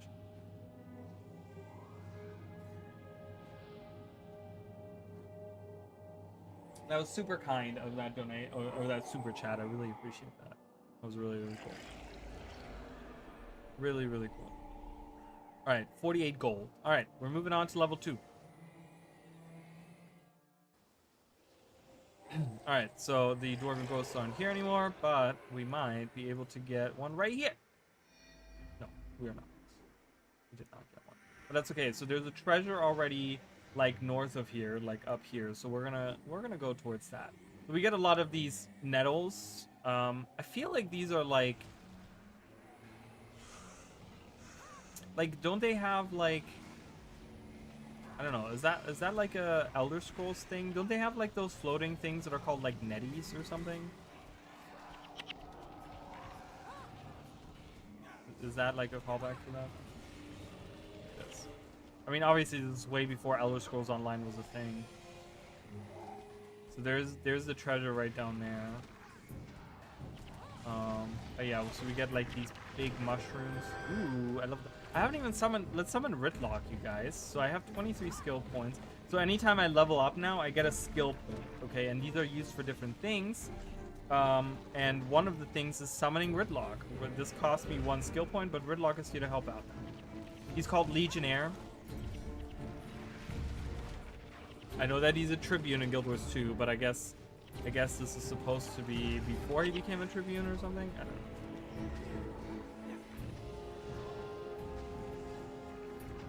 But yeah, he's wielding Sohathin. So, and he's actually really strong. So he's gonna be a good ally. Once he dies, I have to wait 10 minutes. I have Summoning Sickness, 10 minutes.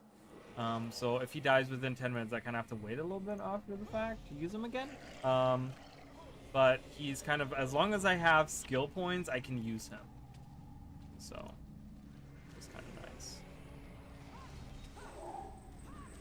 So, and skill points, the only way that you can really get, I mean, there's like other ways that you can get skill points, but really the only way to get it is by like playing the game and like leveling up and getting experience points and stuff.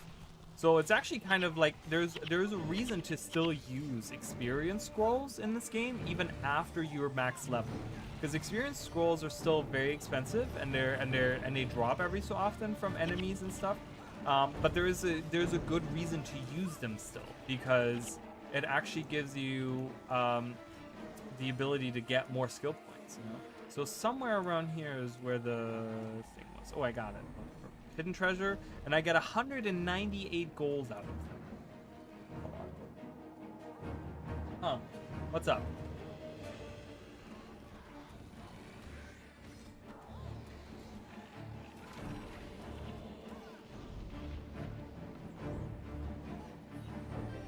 Alright, these are both healers. We gotta get rid of those guys.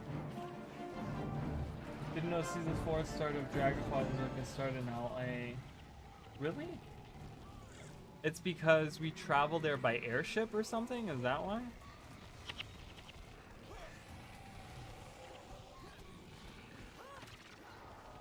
Alright, let's see if there's more treasure around. Okay, nothing around here. I'm gonna use my dungeon map. So the area map is the same thing as the dungeon map. It reveals all the things on that level. But I can use them at any time, and I don't have to go to a specific location, right? So I would have to find an area map around here in order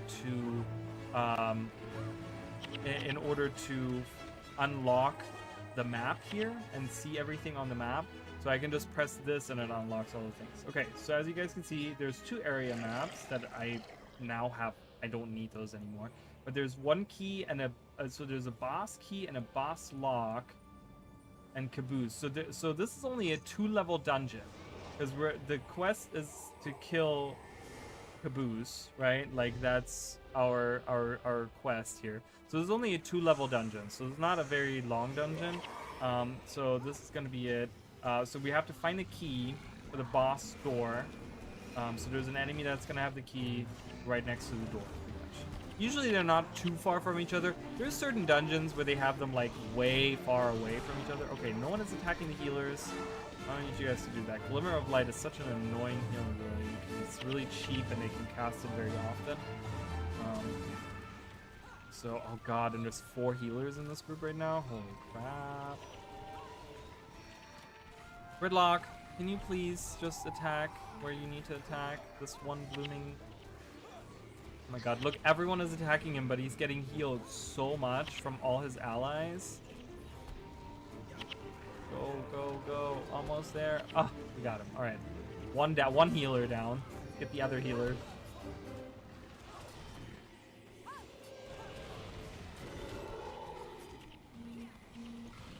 Oops.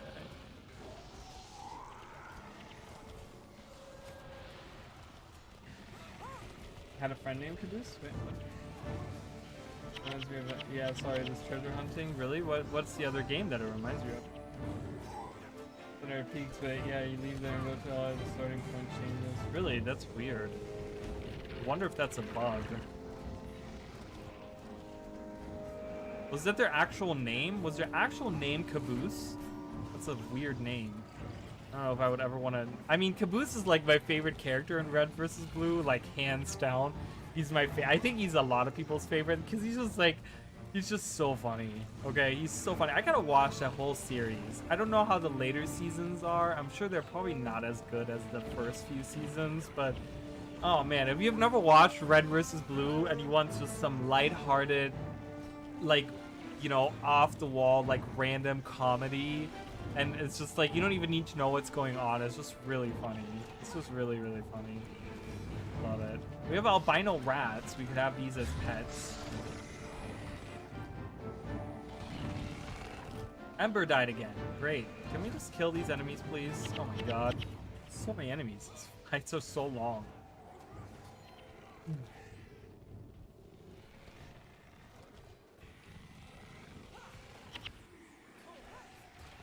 The fights are so long. Alright, sorry. Need to look at some real quick. Okay. Get out of here. Oh goodness. Okay. I'm so backwards right now. Is there really no treasure around here? Like usually I feel like there's like something up here or something. Oh. I know my stuff, you guys. I know some of my stuff. I should clarify. I know some of my stuff. It's getting cold. My feet are getting cold. Never happens in here. Never happens in my house. It's because usually this computer, when I'm playing like Guild Wars 2 or playing anything else, it's always like a heater. It's like a radiator. Like it emits like so much heat. But when I play Guild Wars 1, it's so easy on my system. Like I can barely even hear my computer right now. It's so easy on the system that it doesn't even create that much heat. So it's like, because I have like central AC and then I have this AC right here, and it's just like, it's like a blizzard in here right now. It's really cold. What's the nickname? Only knew them online. Most people don't know many. Yeah, I mean, I guess there is something. I don't know. I feel like most people prefer it that way. You know, with no one knowing their real name or whatever. Ooh. You have a treasure. Ooh, oh, I love this. I love this. You have all these wisps in this area. Didn't we do this dungeon? I feel like we had a dungeon that looked just like this last time. That looked just like this. Obviously, we haven't done this yet because we don't have it in our thing here, but there's a dungeon that looked just like this level. So sometimes you'll have like repeat levels on certain things where certain areas look the same or whatever, but I feel like there was one dungeon that's like 1-for-1 looked like this, so that's kind of annoying, but whatever. There was also, I remember wasn't there like a lot of treasure in this one? There was a lot of like treasure in this one, I feel like where I kind of just like used this and it was like treasure everywhere. Yeah, just like this, exactly like that, exactly like that. So we have a treasure down there that I still gotta grab. But there's a lot of, okay, now we have incubuses. I'm guessing incubus is the plural of it, right? So 1 incubus, 2 incubus. Treasure. I get a bolt of damask. Great. Cool. We don't have a lockpick anymore. We already lost that. All right. Oh god. Oh god. The freaking. Ooh, this is rough. There's a lot of incubus here. I need everyone to kind of get line of sight, please. Because you guys are not getting line of sight.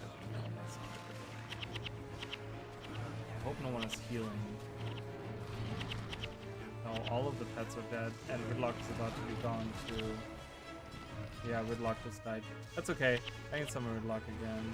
I might not. I'm gonna wait a little bit. Because if he keeps dying, I'm just gonna keep using all of my skill points. Making one to wisp from the wizard's walls, which I still need to purchase to be able to grab that with this run weekly. Yeah, the wisp was cool. I don't even know. One of my characters has it, but I forgot who has it. I might put that on my ranger. Like, obviously, this week I might make a preliminary decision on which elite specialization I'm going to be playing for Visions of Eternity, right? Like for my playthrough or whatever, which might change during the beta. That's why I said preliminary. But yeah, if it ends up being Gale Shot, I mean, I'm leaning towards Ritualist, but I know a lot of people are gonna be playing Ritualist, and I don't know. I know a lot of people are gonna be playing Gale Shot too, so I'm just kind of like, yeah, I don't know. I'm kind of waiting to see what the consensus is. I don't want to play what everyone else is playing. That's what I'm trying to get at, right? I need everyone to revive their pets, please. Can we do that before we go treasure hunting? I need everyone to revive their pets. Are you guys gonna do that or not? Okay, revive your pet, please. And then you two revive your... Wait, whose pet? This pet? This pet? Ember is my pet. Why is she not... I pressed the button. I know I did. It's out of range. I left her dead somewhere. Oh my god, I gotta go back. Left her pet. What? Who are we fighting now? Oh my god. Kill that seedling, please.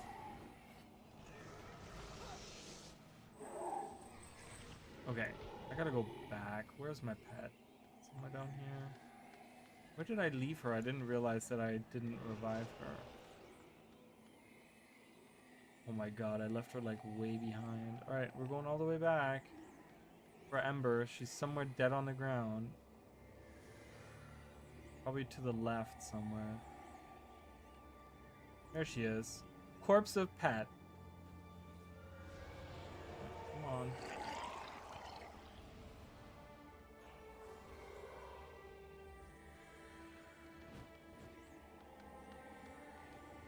Alright, so let's go over here. Let's get these guys. I guess I gotta clear everything out. I don't know where the treasure was, so I'm gonna... Okay, it's right there in that divot. Alright, so I'm gonna kill these guys.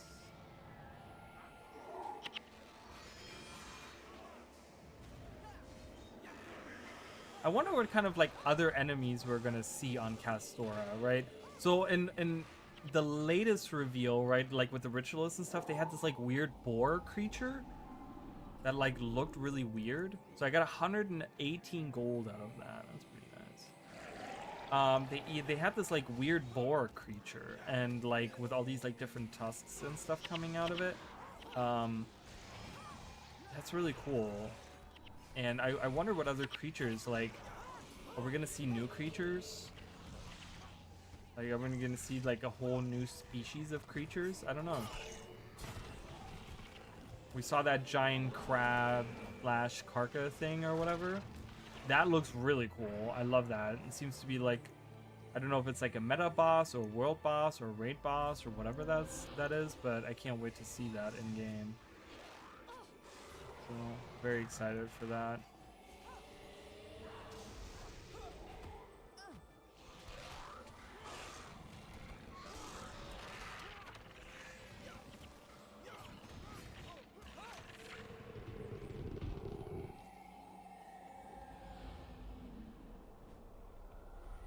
$102. Just trying to get all the treasure. God knows what because you can find like diamonds and like all kinds of really cool stuff out of those. So I'm just trying to like find all the goodies, you know?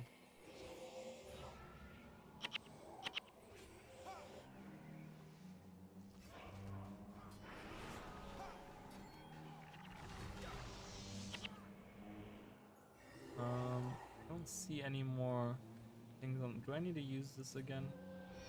Yeah, there's one right in front of me. I was like, I don't see any more. Okay, there's one here, and then there's one like down around the corner somewhere. Let's see it. I'm gonna send my friends to go down there and already fight.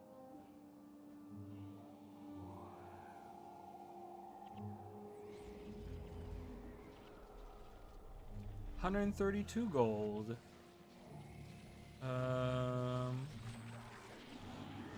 Wasn't there something down here? Am I crazy? I thought there was something down here.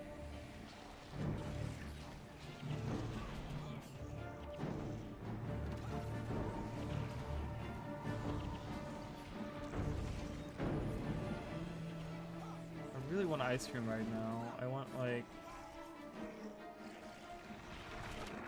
oh, it's behind that pillar, and that's why. I don't know, I want something like, something simple, like chocolate or vanilla or something.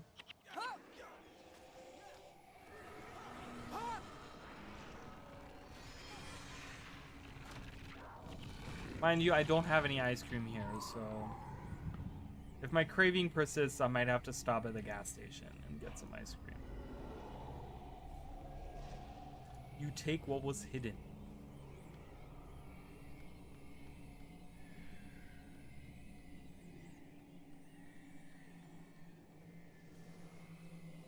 Horn beetles. Now we have beetles to fight. Oh, interesting. We got a different type of enemy. We got beetles here. How long I stream on Twitch anyways? Is it oh god. No, I closed it. I didn't need to do that. Damn it.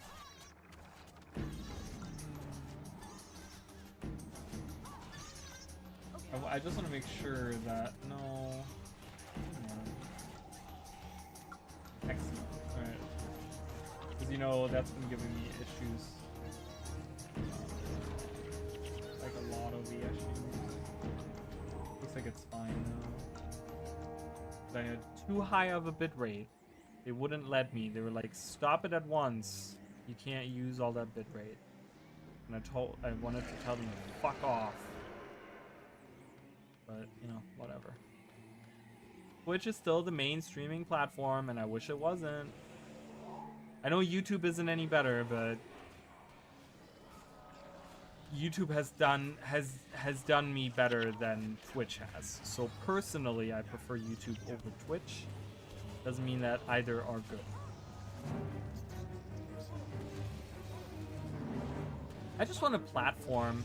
You know, I want a video streaming platform that's made for the content creators. Like, obviously for people that are watching as well, but I want it to be created for the content creators.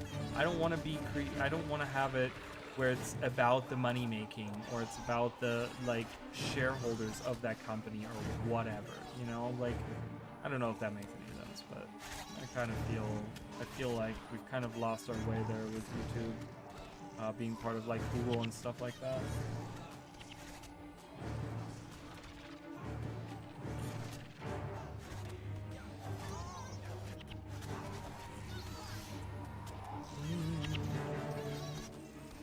So then once we're done with, just so you guys know, we're not at all done with Guild Wars 1, even once we've done the dungeons, because that's where the real fun, this is where the real fun begins.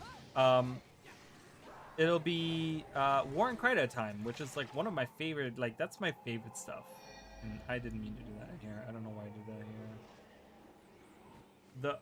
The MOA. You guys see how the MOA is grayed out? He's stuck in a wall somewhere or something. When did this happen? Oh my god, these pets.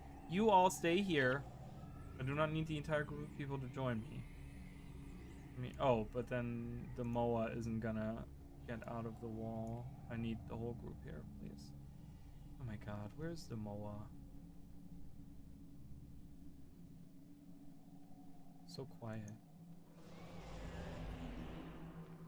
See if I missed any. Like, I didn't go into this corner. I feel like there's treasure up in this corner here. So I'm gonna kind of go into. If I'm backtracking, I'm gonna try to make. Oh, there he is. He got stuck on a chest. I see him over there. He got stuck on a chest. That's fine. We'll get him out of there. And I'm gonna see real quick if this little path has the treasure. It does not. Okay, we can just run through. There's nothing in there. Right. Ah, there he goes. He got set free from the chest. All right, here we go. Let's go. I want to have all of the bodies because, like, the bosses can be not necessarily tough, but they are usually like they have a lot of health on them, so you gotta just kind of like have as many enemies or as many people attacking as we can in a build like this. Obviously, there are certain, like if you do like mesmer builds and stuff like that, you know, it's different. There's like different ways to get through all of that, but I just want to have as many people attacking as I can to whittle down that health. Right, is there any treasure? Did I still not get that one? I still did not get that one. Jesus. Okay, it's fine. I'm gonna send the group ahead. They're gonna attack that beetle there. They're not close enough. Yeah, they're not close enough. That's fine. Whatever. Alright, there's 2 other treasures. Ooh, I got a lockpick. Look at that. Nice. We're back to having a lockpick. Love it. Alright. More beetles. Who are the healers here? Consume soul? No. Oh, okay, the queens are the healers. So we're gonna have to go for the queens first. These guys might have a... There's another queen there.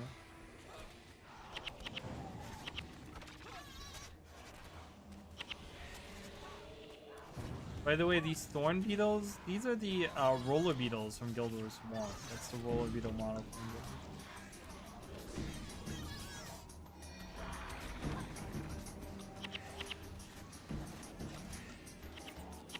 1.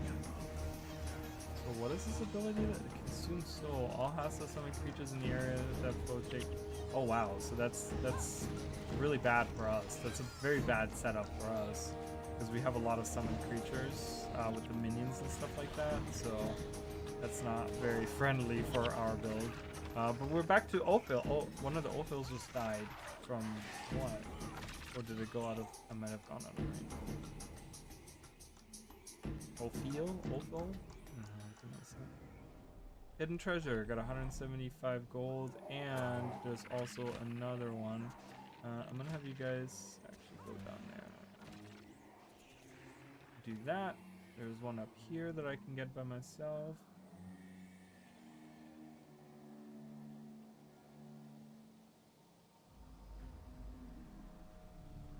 $131 gold. I was hoping that they were close enough to the enemies to attack them, but it doesn't look like I did that.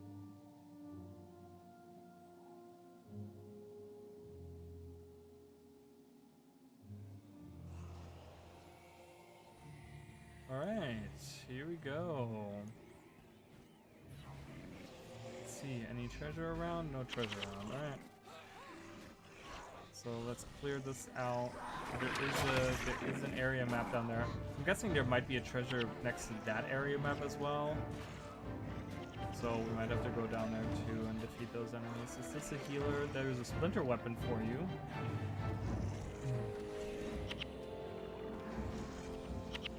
So there was some weapon spells. I really like the ritualists from Guild Wars 2 right now. I really like that. I'm a big fan of that whole idea. Just simply because they have like exactly what the ritualists in Guild Wars 1 had, you know? Weapon spells, you spam the spirits, like it's just really cool. So I'm very excited for the ritualists in Guild Wars 2. Very excited. Again, if the music is too loud, if the sounds are too loud, let me know. I will turn those down. They look like they're a little loud, but no one has said anything yet, so. Because I have my own control for my own, so mine is set differently than yours.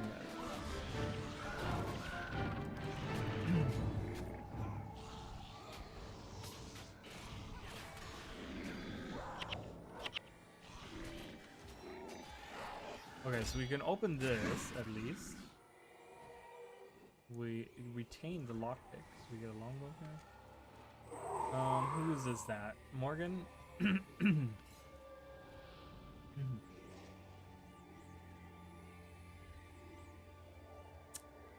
We're running out of space too. There's so many items. Alright, I just want to see. Yeah, Wielder's Strike. Splinter Weapon is a weapon spell. That's what they were called. I don't know why I was thinking of Spirit Weapons. They were called weapon spells in Guild Wars 1. Spirit Weapon is a weapon spell. I think that's where I got that confused. Spirit Weapon is a specific weapon spell in Guild Wars 1, and I think that's where I got confused on it. Because I kept calling it... There's no treasure there? Okay. I kept calling it Spirit Weapons way early on, so...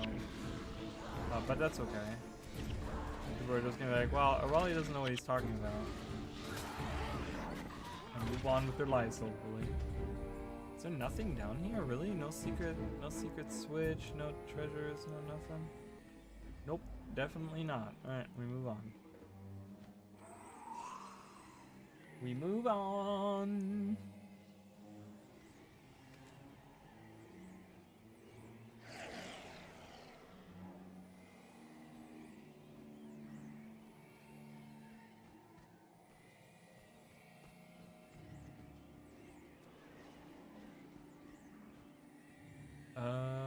Let's see here. What is in that corner? If there's no treasure in that corner, there's no reason to go in there, so I'm just gonna, yeah, no, I'm not even gonna bother. I don't see anything. I want to go this way. I don't know what these guys are doing here. You guys waiting for me to open that door? I think they're waiting for me to open that door. Yeah, alright, they're gonna storm in. There's the Patriarch. I think that's the key holder. This looks like a trap, so we're running right into it, which is fine. We're just gonna run right into the trap. It's fine. We're just gonna go in.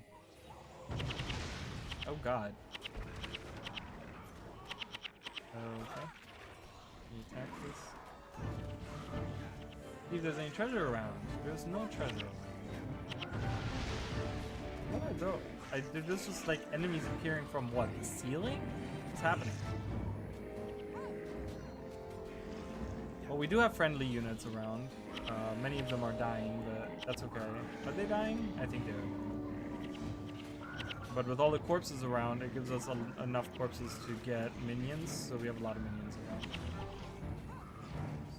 So T is the... What is the shortcut for minions again? N? No. E? It's a shortcut. Did I change it? It's on B, C, Y? Oh, Y. I don't have any myself, but it should tell me on his screen he has 4 minions. Yeah, so 3 minions. They're dying. Oh. Bluesky! Yay! Alright. So we get some big skeletons in here. We have creatures long past. I don't know if we're gonna get any more treasure here. It's a very treasure-light dungeon. So it gives me a little Bluesky retrieve down here. Little icon. Let's see. Nope, nothing. Alright, guess we're gonna go up here. Nothing. Nothing. Oh, some of them survived. 4 of them survived, so that's pretty good. Out of what? We had like 8, so half of them survived? I think it was 8.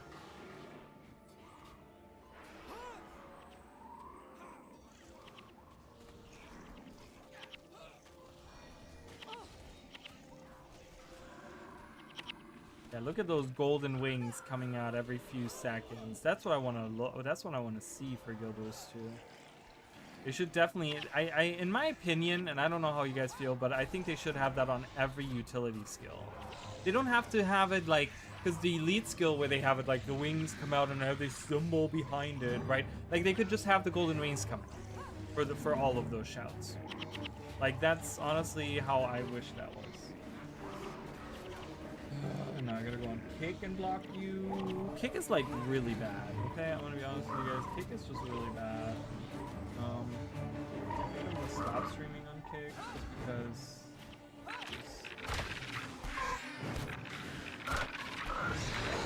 I'm not an affiliate. Where does that even the bot get its information from? It says, I see you're already an affiliate. I'm not an affiliate. So, not with Kick at least. And I don't want to be. Kick is full of garbage right now. It's like, I don't think I've had any live viewers on Kick in, since I started this a few months ago, like, at all. Ever. At all. There's no treasure. What the hell? Why is there no treasure anywhere? I want to get to that locked chest, but I don't know. I guess I'm gonna go into that corner. I just want to see. There might be a secret switch or something somewhere to get into a secret area.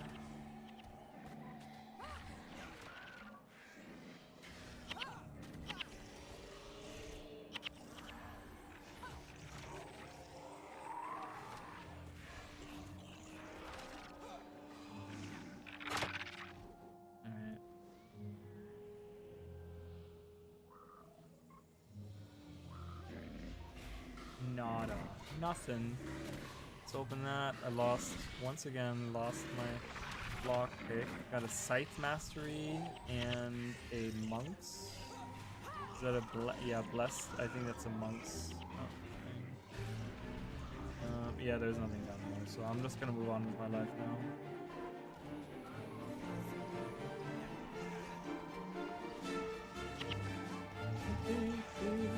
Alright, boss log. So we'll see. We kind of have to walk down. Maybe there's usually... Oh, Ember... Out of range. I keep forgetting to revive my pets. Oh, wait. Why is she marked to sit there? I don't understand. Okay, I had marked her somehow to not move from that spot. Alright. Okay. I was like way too focused on like moving on. Alright, everyone's back up. Let's heal everyone up. And let's go to the boss. And finish this dungeon. Finally, one dungeon done. 2 hours and 10 minutes in, and we're gonna be, you know, by the time we're done with this, probably like 2.5 hours, and we have one dungeon completed. Alright. Let's see if there's anything down here. Ooh, it's getting dark. Oh, poison trap, I think, right? Yeah. Poison and crippled. No treasure. Oh god, more traps, Jesus. They like, is there like a tell to them on the ground? I don't think so. I hate being crippled. Like, this game already plays way slower than Guild Wars 2 does. So when you're crippled, it's like, it's just a nightmare. Is there anything around here? No, nothing around here. Really? No treasure? There might be treasure in the boss room. Usually they have like treasure in the boss room. Alright, so here we are. We got a bunch of frogs to kill. It's the boss room right here. Alright, let's see if there's any treasure around here. There's not. There's no treasure around here. Weird. Love the lighting in this game too. It makes a lot of places look really cool.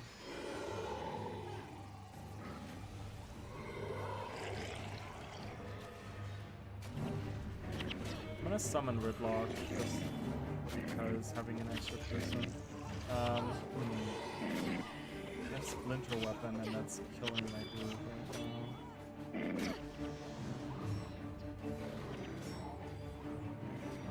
We need to focus, otherwise we're gonna lose this. Oh, Ridlock is already dead, Jesus. Okay, let's focus on one guy, please. If we do one at a time, we'll get this done. We might die once or thrice, but as we whittle it down... They have healers too. Who are the healers? These guys? Yeah, let's try to get the ritualists here. Let's do the ritualists. Let's take care of them.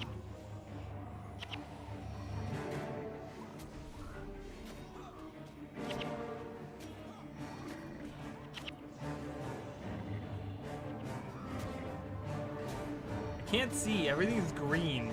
It's like I'm playing Reaper all over again. Jesus.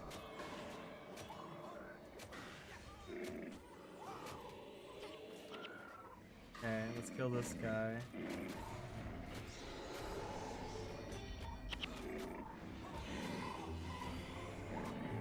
Okay, kill that guy. I don't know if they have like revival on them or if I'm actually like, oh god, I'm dying. Oh, everyone's dying right now. Oh boy.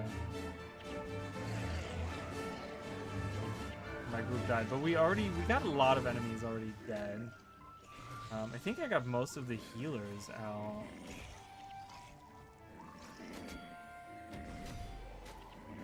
I don't have any way to revive anyone though, so... Oh, I'm dead. Is that a healer? Are they healing? I gotta kind of look, see what skills they're using. He's not using anything. He's using a hex spell. Splinter weapon. Who's using the heals here? Is Caboose healing? Oh, Caboose is a mesmer. That's not good. Okay, we all died. Okay, so we're gonna resurrect. We tried our best, but I think the way this is fine. We'll be fine. I'm not. Ooh, I can get rid of from your entire party. Alright, I'm gonna do that. So Griff is back alive.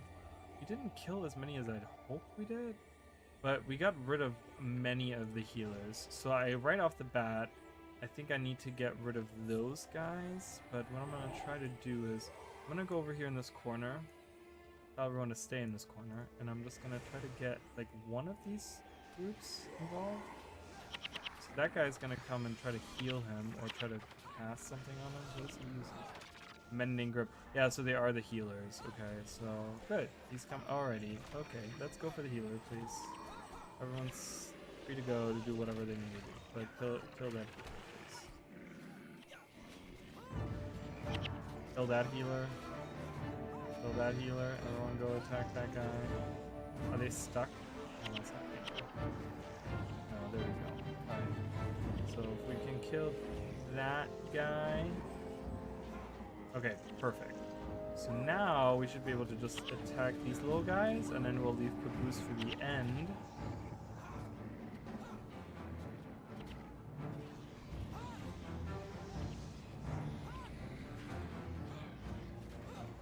Ember died, that's what got me.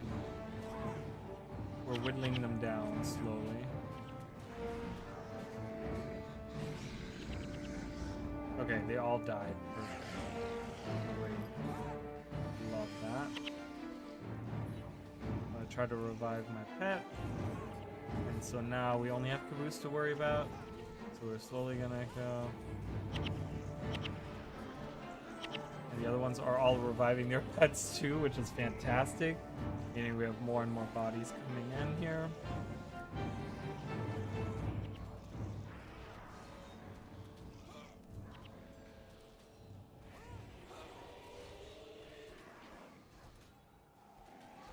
And we should have this in the bag, I think. Just a matter of time. Like I said, they have just so much health. So it takes forever to like get it down. Unless you really have like a Mesmer way that does like armor ignoring damage, and you have like heroic refrain Paragon, which I could be, like I said, but it's just too much work. There's so much work. Whose Reeve Lurker is just on the ground? I think that's no, Raises is the crocodile. So is General Morgan has a Reeve Lurker?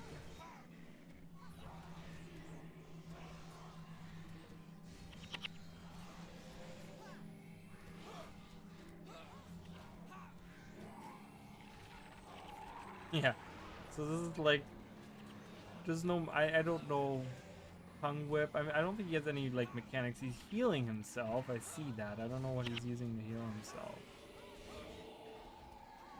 Chaos Storm. Chaos Storm is never good. Oh, and he cast out right on the group. Is the tongue whip healing him? What's healing him? Can't read it fast enough. That's okay. He's almost dead. And done. Alright, dungeon complete. Ember's still dead. Let's revive her. Alright. Everyone's back up. Let's see one last time if there's any treasure here. There's no treasure. There wasn't a lot here. What, I didn't say you were... Okay. So we can collect our reward here. It's an onyx gemstone. Not bad. Not bad. Nothing too crazy, but you know, it's something. Alright. So, and then we can... Excellent. This research will not only make me rich, it'll be a boon to all humanity, if not frogmanity. Now, to find an Orin to go collect the slime. So, yeah, and that's it. That's the dungeon. Nothing too crazy there. And then you know, it gives you like 3 minutes for everyone to come here and collect the reward. Like maybe someone died and there's no more resurrection or something. You have to come all the way down from the shrine or something. I mean, that usually doesn't really happen, but yeah, we can just leave here. So I'm gonna go back to Gad's encampment, and that was the dungeon. We can read about it in the book. do want to see real quick is not the right path. The next dungeon is Bloodstone Caves. The Bloodstone Caves has 3 levels. There's a secret switch on level 3. There's a lot of really cool stuff in that dungeon. Okay, so it has a lot of stuff.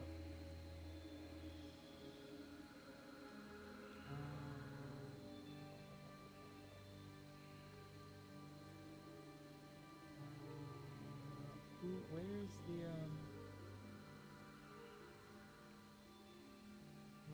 the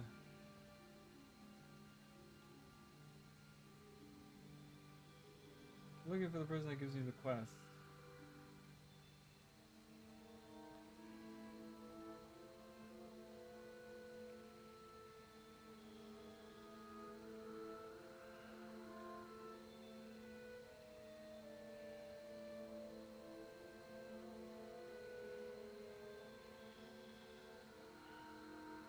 I don't know why I can't find it.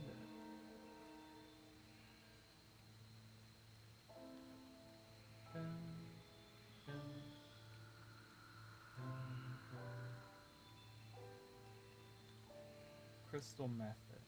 That's the, okay, that's it. Okay, Crystal Method. That's the one. I was like, why can't I find it? Okay, so we gotta talk to Saren. There, she has the thing. Alright, first of all, I gotta deposit my materials. Kind of chest.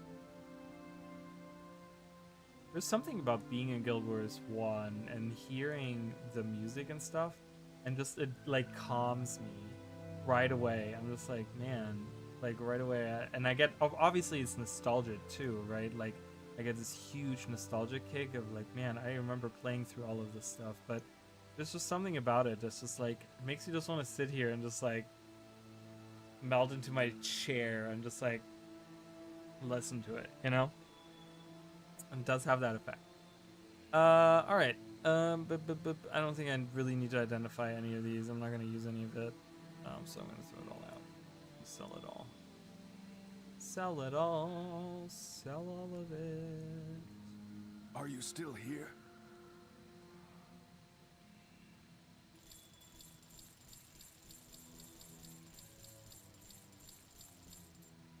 Yes, I do want to. Didn't really get good stuff out of this, I will say. I'm gonna just keep my money that I have. They're still looking for someone for deep. Someone is still looking. Who's this person? Still here for deep right now?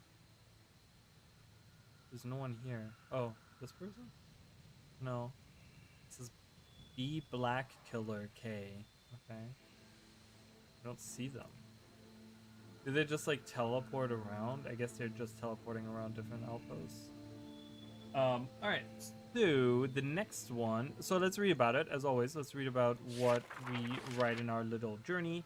Bogrud Gross, a complex of caverns just outside Sporkslight Swamp, is a war zone. The caverns are home to 2 frogmen tribes, the Ophil and the Gokir.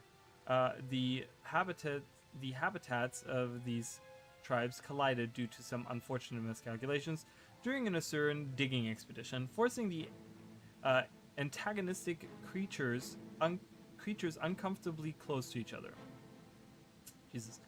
Both groups now vie for dominance, with each side supported by one of 2 Asuran observers. We were asked to choose a side in this inter-clan war and bring an end to the bloodshed, for the sake of progress, of course. Alright, and we did that, and now we move on. Nothing crazy here.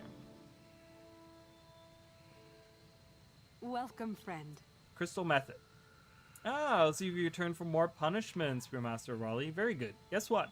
One of our scouts barely escaped the Bloodstone Caves with his life, but he brought back a tale of a fierce, ornery Ettin, more fearsome than anything we've yet slain. It was predictably gathering spectral crystals. I'm not sure what has addicted these lumbering hulks to the magic of crystals, but there's no doubt in my mind it is tied to the Bloodstone. They must be ours. Deal this Ettin a deadly blow and bring us what is ours. Are you prepared to risk life and looks for us this one last time. Alright, one last time, she says. As if Warren cried out wasn't a thing. Alright. We're going in. So this one is going to take place right here. Bloodstone Cave. So we did this up here. We're going to be going up here next. So this one actually has more levels. So this has 3 levels, which is a lot more. So it's up there. I'm gonna try to avoid the raptors and stuff, but God knows they have like the longest patrol routes ever, and they're really fast in their patrol routes. So we're probably gonna be having to face a bunch of these guys.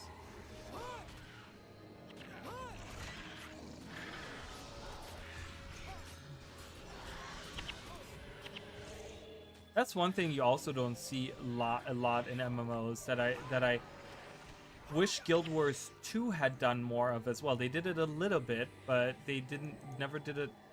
They did in Guild Wars 1 a ton, where you had enemies that just moved around the map. Right? Like, obviously they didn't need it as much with like the dynamic event system, like having new enemies pop up all the time and like attacking a specific area or whatever, right? Like, ooh, Tyrannus. Ooh, we don't want to fight those. These are really strong.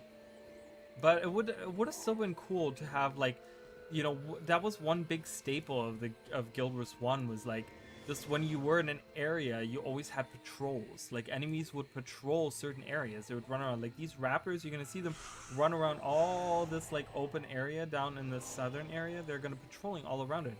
I don't understand why MMOs don't do that more.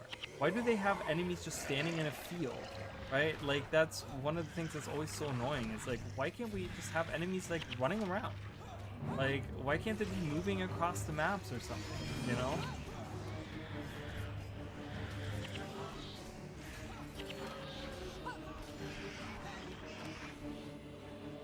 Make it really feel like, you know, these guys are patrolling their territory, right? They're very territorial, you could say. I mean, I'm not sure, but that's what it feels like, because they're patrolling all that, the open plains area that they've kind of occupied here. Because as you go north, you don't see them that often, as we saw earlier. Like, there's a lot of simians up here, and then in the swampy area is a lot of Hylics. There you see, like, hostile Hylic. And, you know, so they're just in the, like, southern area, and then you see some... on the like eastern side, you'll see like bigger like Tyrannus and Ferrothrax and stuff like that. But the Raptors are in like the southern area, you know, and that's kind of cool to see that. All right, so here we are. So we don't want to talk to the inscription, right? We just want to talk. So we see these symbols. This is a symbol on the bloodstone, and it opens to us. Ooh. Very cool. Alright, and down we go.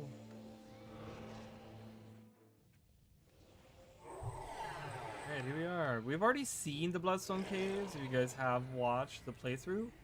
This is the exact same areas as in the story. We're pretty much going to through the exact same area. Whoa, and we have immediately things everywhere. Alright, cool.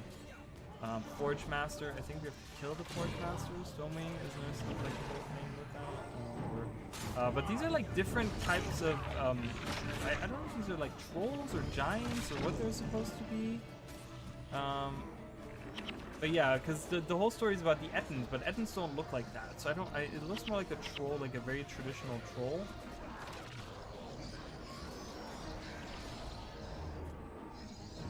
And it looks like he's creating these weapons, meaning that he's like a Forge Master. Kind of cool.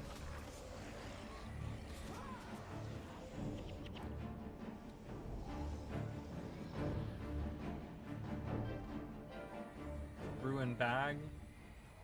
So this again would tell me about Saren or whatever. So we gotta kill the Forge Masters because I think they're the ones creating the weapons. Yeah, see the weapons disappear immediately, which is kind of crazy. Some of them are independent. There's a Tomb Ettin, so this is actually like an actual Ettin. And the Ettins between Guild Wars 1 and Guild Wars 2, they didn't change really at all. They look almost like 1-to-1, which is really cool. I like that. They're because, you know, obviously they don't have a society or anything, so There's no like technology. There's no none of that stuff. So they just look as ugly as they did, 250 years ago. Let's kill that 2 men. I don't know if we were looking for keys or something. I'm not sure. Oh my god, there's treasure everywhere. Holy crap. Alright, it's gonna be a longer one, you guys. With 3 levels and all these treasures everywhere. We get a gilded edge out of that.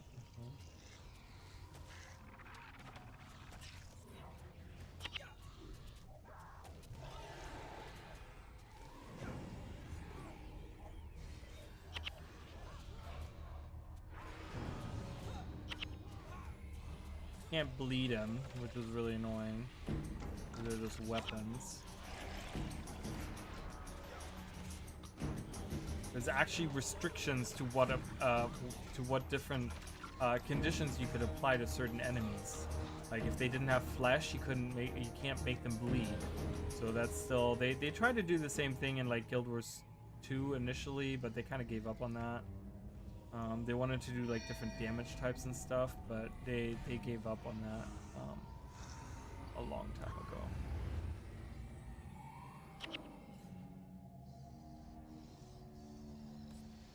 Oh my god, he died from what? From the fire? Fire jets?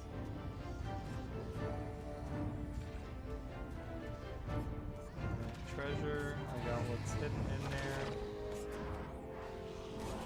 I received what was hidden.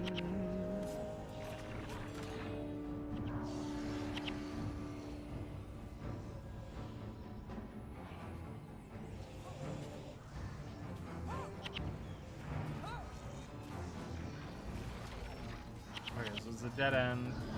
That's fine. Just kill the Forge Master. Once that guy's dead, the weapons will be. I wanted to get the treasures down here. Look at all that fire damage. Jesus.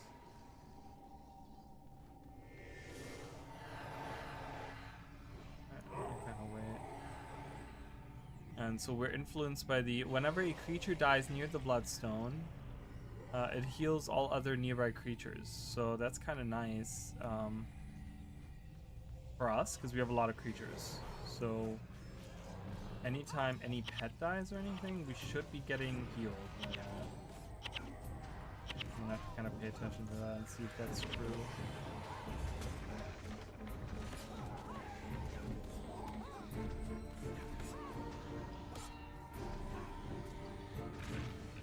Obviously, no one now is dying.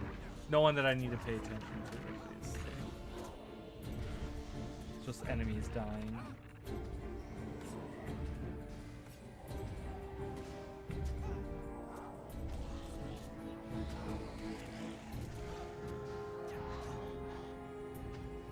Yeah, it heals us for 20 when an enemy dies, which is indicated by blue color, by the way. The blue color tells us that we're being healed. There's a treasure right here. Oh my god, there's not, but there's so many around. I don't know where to go. There's one next to that collector. I'm gonna go down there. Poison traps, great. So many traps around, holy crap. There's a gate here that doesn't lead anywhere.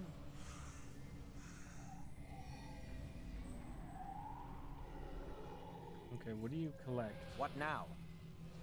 Help me studies. Put that big head of yours. Okay, it doesn't really need anything specific. Oh, I mean, it doesn't have any specific dialogue.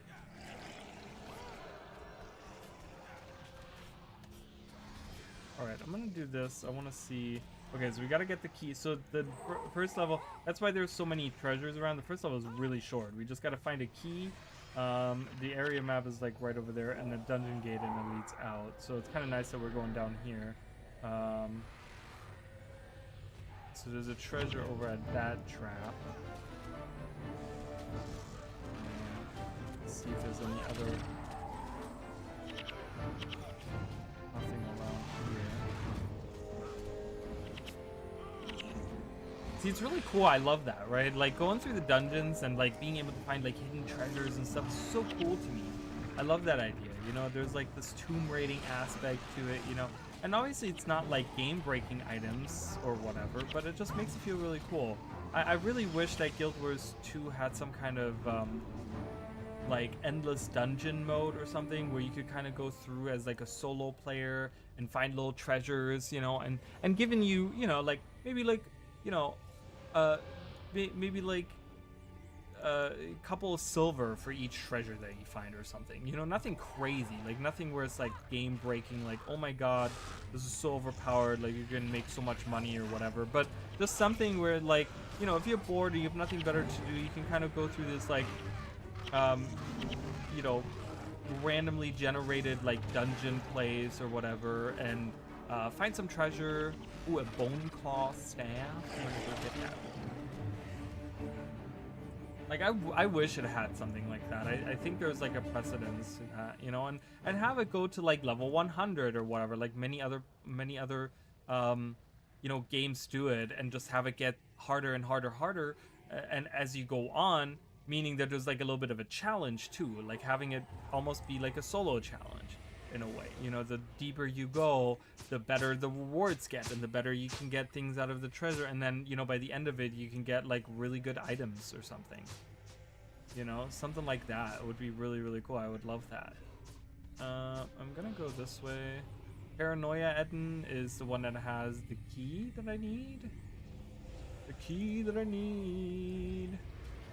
I need you all not to stand. They're all standing right in the flames. I knew that was happening. Like, why are you all so stupid?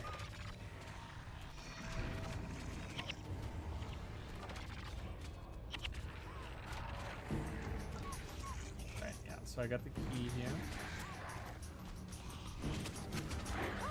Not too worried about those skeletal hounds. Oh god. Well, good thing I came from this side then. Because if I had come down these stairs and tried to attack them, the Incubus would have killed me. And they're flying back up. They're gonna come back down. There they are. Kill them.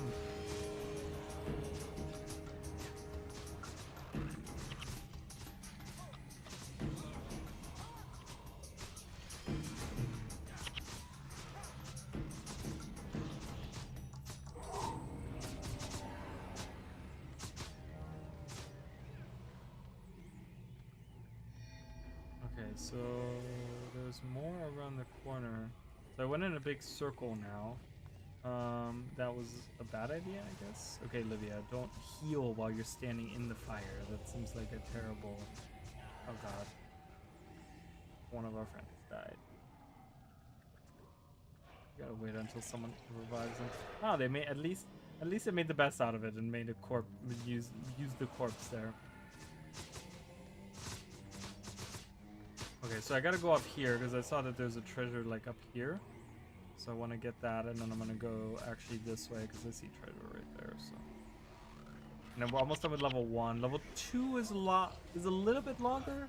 Level 3 is once again a little bit shorter, I want to say. So this dungeon isn't too long of a dungeon. Just because I think they did that because this is like, in the story you have to go through the whole dungeon, and if they had done like a really long dungeon, that probably would have been really annoying to people. But I love these dungeons, man. I'm a big fan of them.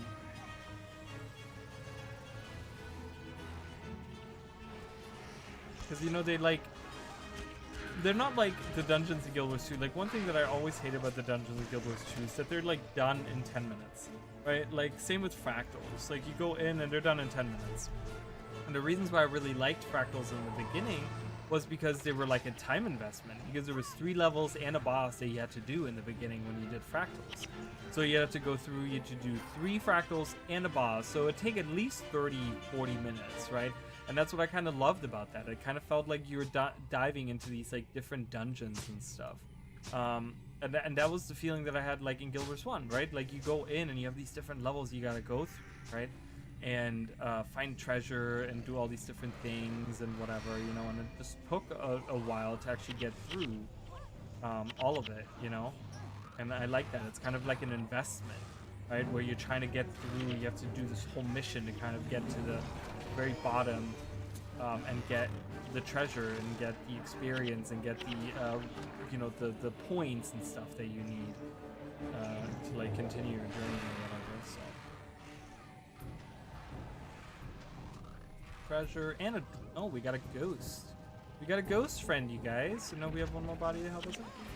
Always nice to see those. Especially for level 1. Level 1 doesn't have good rewards in general. So it's kind of nice getting the good. When you get the ghost, you're just like, oh hell yeah, because you know, getting a dungeon map or getting like 30 gold out of a chest doesn't really mean that much. So it's kind of nice to get something that's actually really really good. Oh, that's a smaller version of the other, the first inscribed. Okay, we're gonna kill the first inscribed here. These guys are single target menaces, single target damage menaces.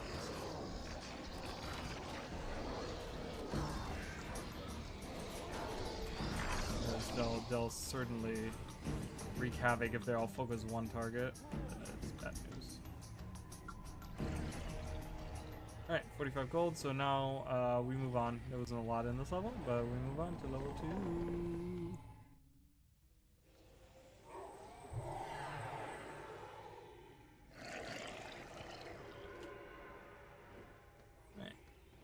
Let's see. First of all, oh, I missed it. There's one right behind me, and I just missed it. All right, so there's a lot. Oh god, look at all these enemies! Holy crap, so many enemies.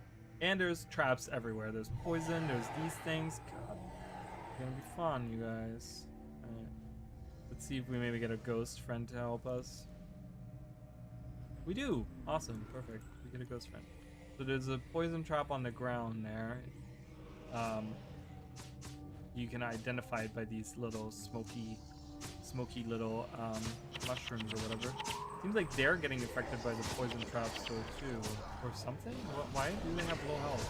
I just started fighting this. Kind of strange.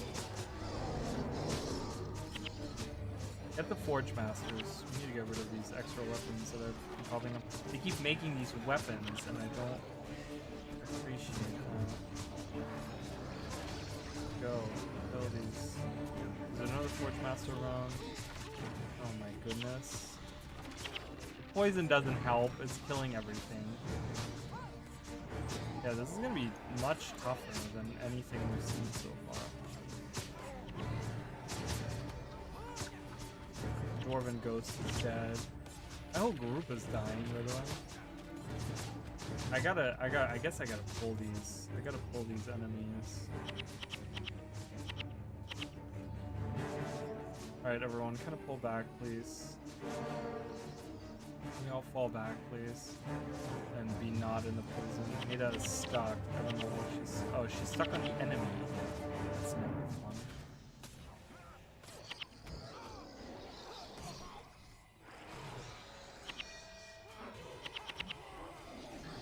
Get that Forge Master. He keeps making new weapons.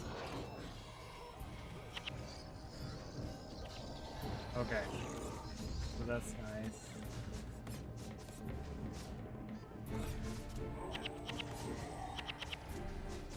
Alright, now attack at will, please.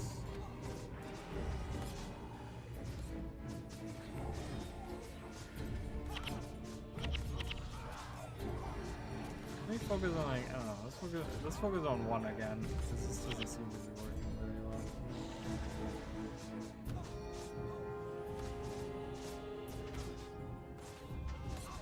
Why are you guys just standing there? They're literally just standing there, not even doing anything. Oh my god. Alright, we're getting wiped out. That's okay. Let's bring back the whole team, please. Well, I can continue trying to fight. Not that I'm going to be successful in killing even... Yeah. Oh my god, they do so much damage.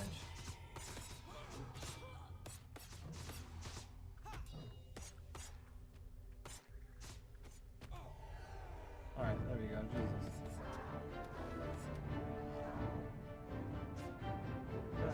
Da, da, da, da, da, da, da.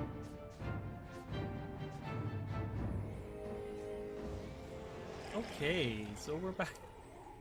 I'll try to use this. Okay, like I said, I'm gonna pull these guys.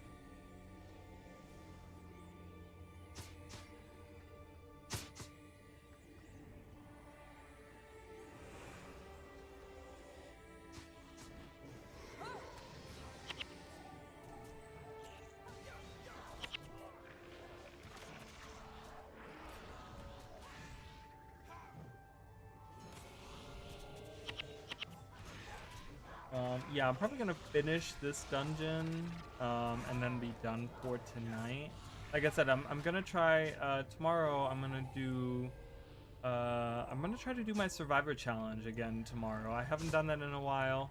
I've been wanting to kind of pick that up. For those of you that don't know what my Survivor challenge is, so in Guild Wars 2 over the last few years, I've gone through and I've done different ways of leveling to level 80 or playing the game or whatever, right? And we did. Oh god, these poison traps are so deadly. Jeez. Okay, I'm gonna have everyone kind of stick to that corner right there. I'm gonna try to see, because they're not close enough to. But like, all of these mushrooms have treasure in them. 127 gold. All right. All right. Let's send them here. So they could probably attack those guys and do their thing there.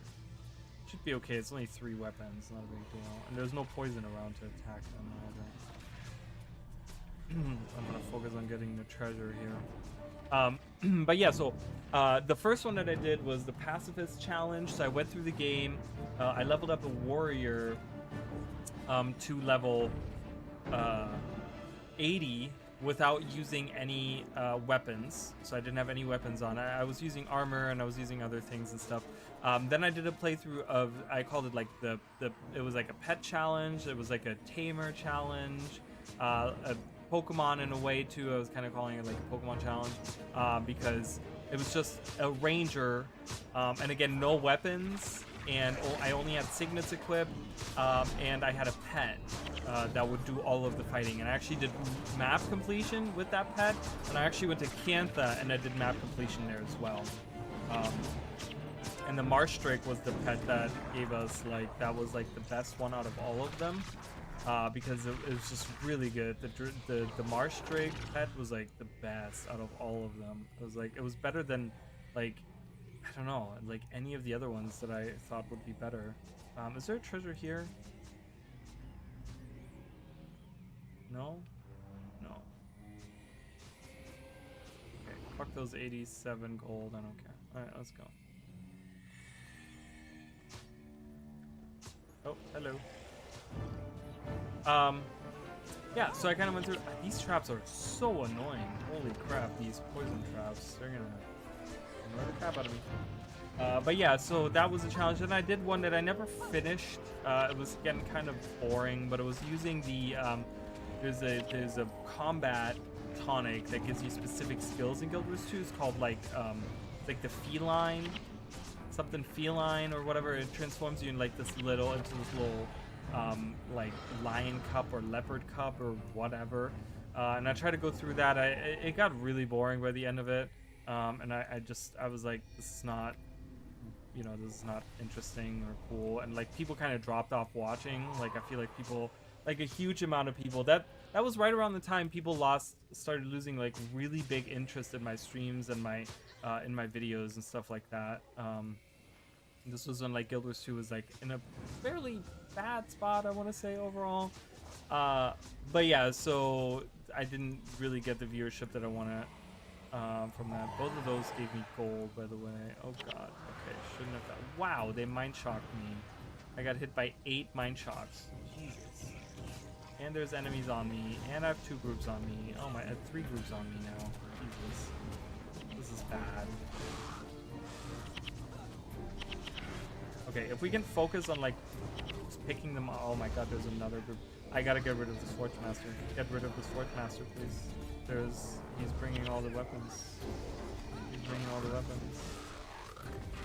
Oh my god, another. How many groups is that? 4 groups that just joined? And I'm not doing any damage to any of them.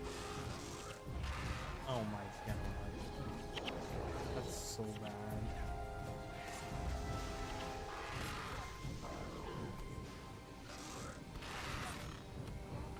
180 to all these enemies. Oh my god, jeez, that was bad. But yeah, so I started a new challenge because the thing was with the other challenges, other challenge runs, they weren't challenge runs. They were more like time investment runs.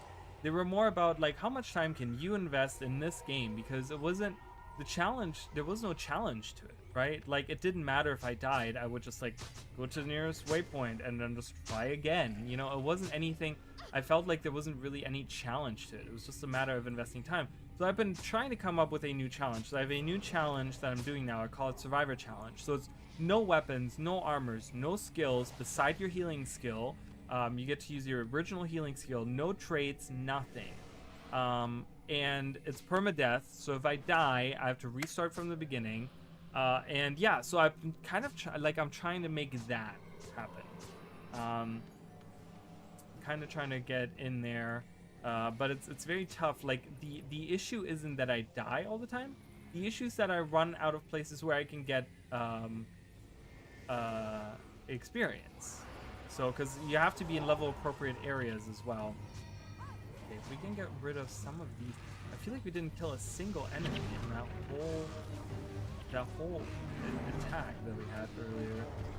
So if we can get. We kind of got away from that group there, that Petmaster with all of his weapons. It's kind of killing us too. If we can focus, let's focus on this guy now. Let's get him. Go for the eyes.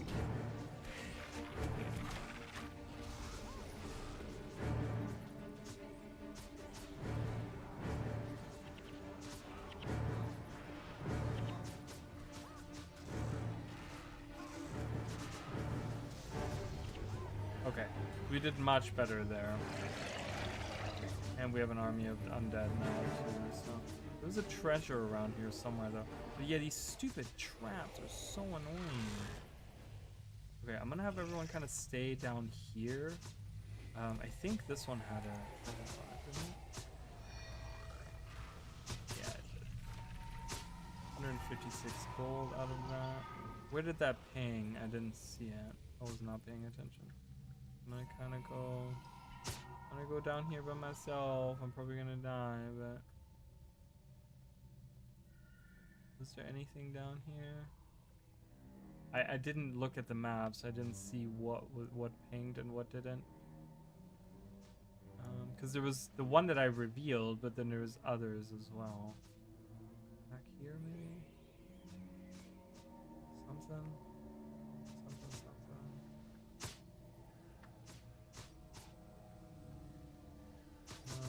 Okay, so I'm gonna take this group up here to this. This is a new resurrection shrine, so in case I die. Okay, there's a ghost here. It is a ghost. Okay, perfect. Oh, I didn't even take that earlier. Oh well, the dwarven raider. All right, that's fine. Nope. We'll just move on. So I just saw that there's 3 treasures coming up in that hallway there. But yeah, so it's a very intense challenge run, and I'm still trying to figure out exactly what the best way to do it is, as you know, and like how to approach it.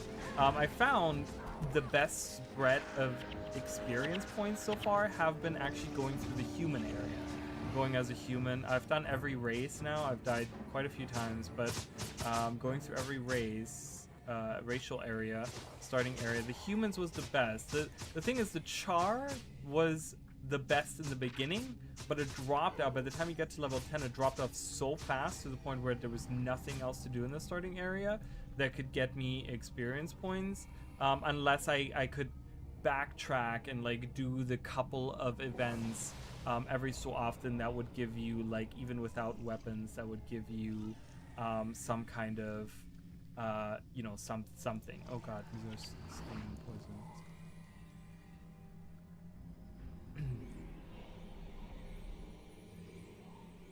Oh, this one is... Wait, what's going on with the floor here? This one, I was like, it's floating in midair, but there's like something with the floor. Really strange.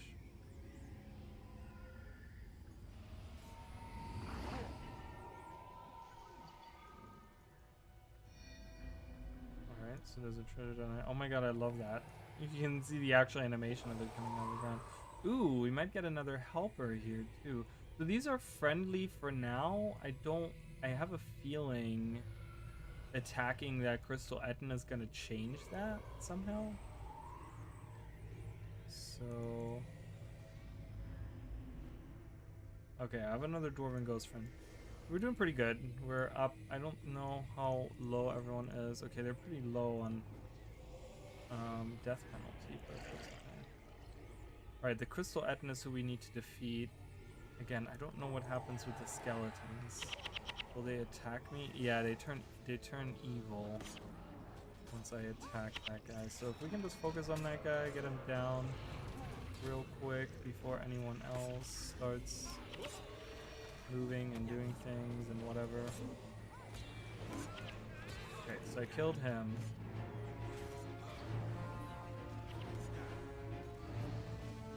Okay, these guys are slowly becoming evil now. I don't know if this is like...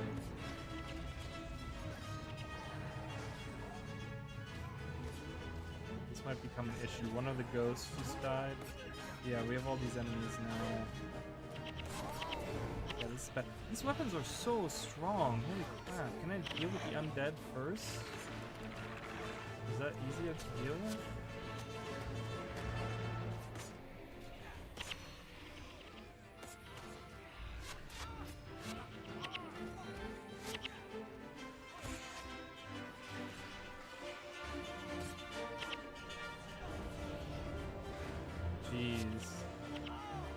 Okay, yeah, there was just like way too many enemies that all of a sudden turned evil. These outside ones are still friendly, but not for long. There's like a cool little library place here with like different writings and stuff. Alright. Are you gonna turn evil? What happens? You can kind of look at their models. Look at them, he's like, It looks like one of those kids that goes to like picture day, just, you know, they say smile and they just smile too much. Look at all these enemies. Holy crap. All right. So we're going to try to, I'm going to try to pull like one at a time.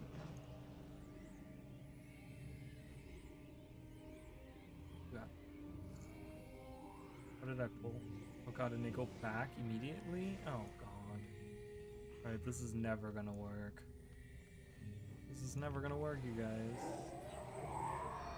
Okay, kill one dude at a time. Wow, my guy died so fast. Go for one guy. Go for one guy.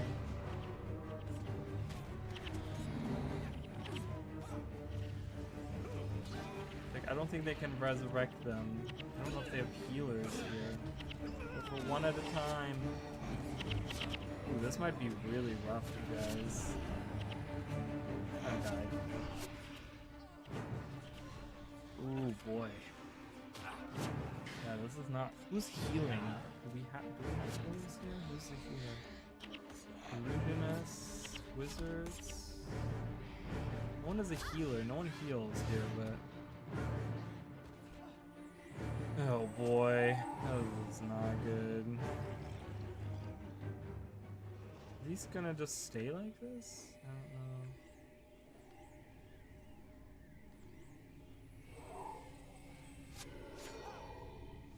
Okay, these guys. Okay, so for now we only have a few of them.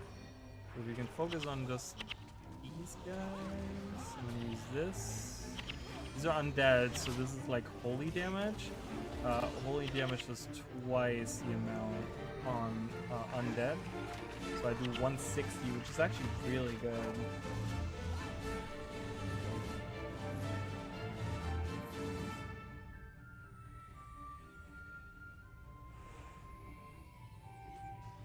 Get that one archer.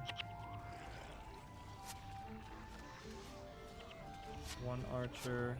Go for the next archer. What is this spell that they're casting? Fragility.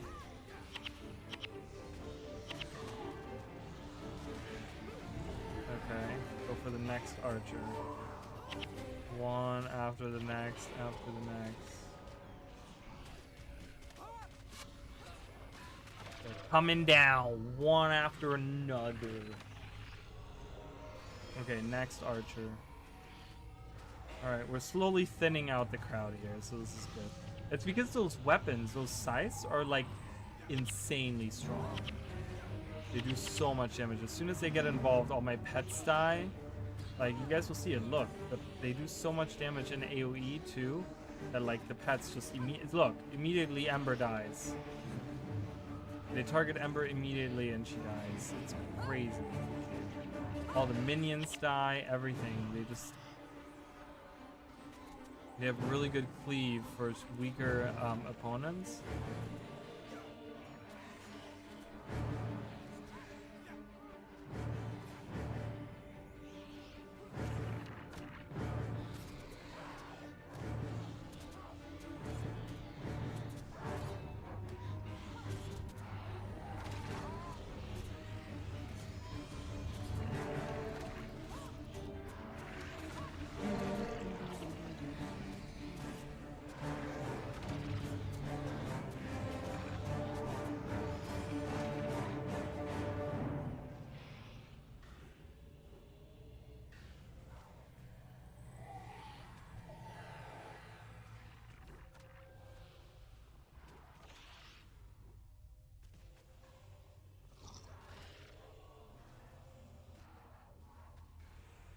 Oh, part of the screen is cut off. I didn't even...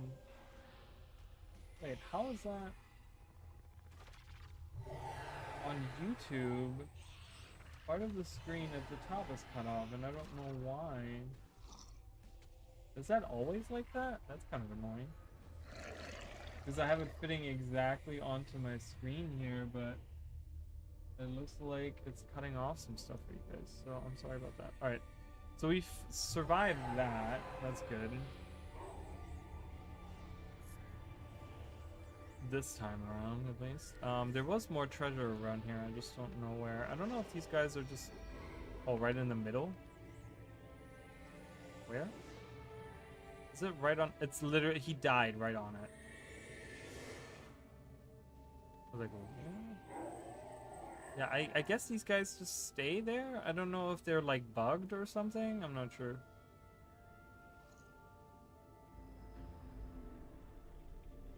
Alright, we got 182 gold out of that. Alright, let's go. Spend enough time here.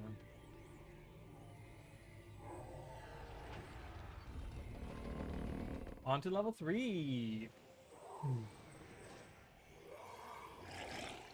Okay, so... alright, I'm gonna do the beacon thing because I almost forgot, or I did forget that last time. Let's see if there's anything here. That looks like a secret. Yeah, I do. Oh, okay. So you guys will see there's a gate here. And on the map, as you guys can see, if you look, right, there's nothing behind it. So this is actually opened by a secret switch. This is a secret area opened by a secret switch. There's no enemies in it. That was weird. Did you guys see that? Like a symbol that came out of the ground. I don't know if that was like a spirit that died or something. But yeah, so I gotta find a secret switch, which is also shown by the light of Deldrimor.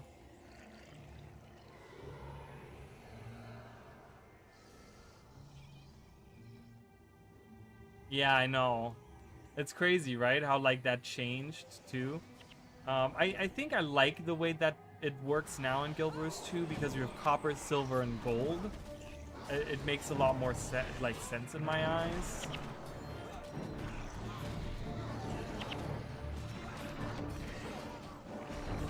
So I like that. I like the way that it works. But yeah, it's weird to say like gold because I still want to call gold in Guild Wars 2 like when I first started. Not anymore now. I want to say, but when I first started playing Guild Wars 2, I wanted to call gold platinum all the time because I was so used to that being the highest form of currency, right? And that's like the same as gold, right? It acts in the same way as gold in Guild Wars, in Guild Wars 1, like as platinum, I mean, in Guild Wars 2.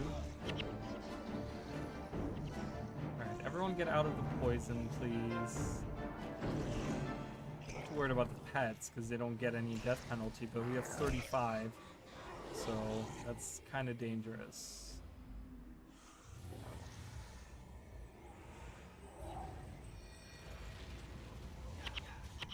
Oh guys, poison? Really? You're gonna walk all the way into the poison and then die? Yeah, that's great. That's a fantastic idea. I love that.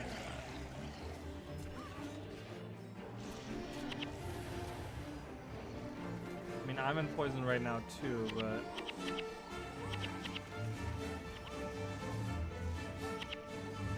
Okay, there we go. Jesus. Okay, so everyone get here, please. So there's the bloodstone. So it's not a long level.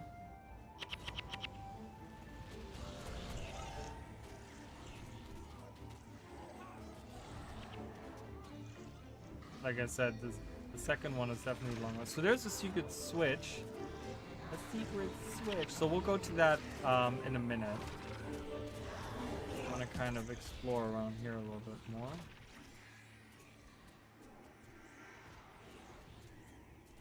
Okay, so there's poison. So I don't...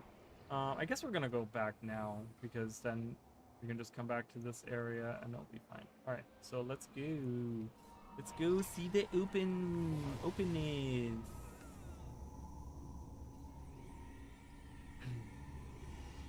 Oh, one of our friends died, so we're gonna have to wait.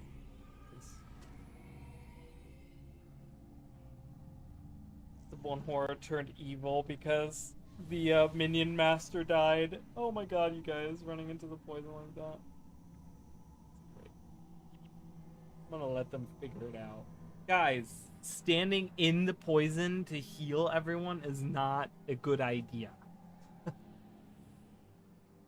Like, I don't know why they do, and so perfectly. They will stop exactly in front of the jet and be like, I'm gonna heal you. It's like, no, keep running. Alright, so we opened the gate.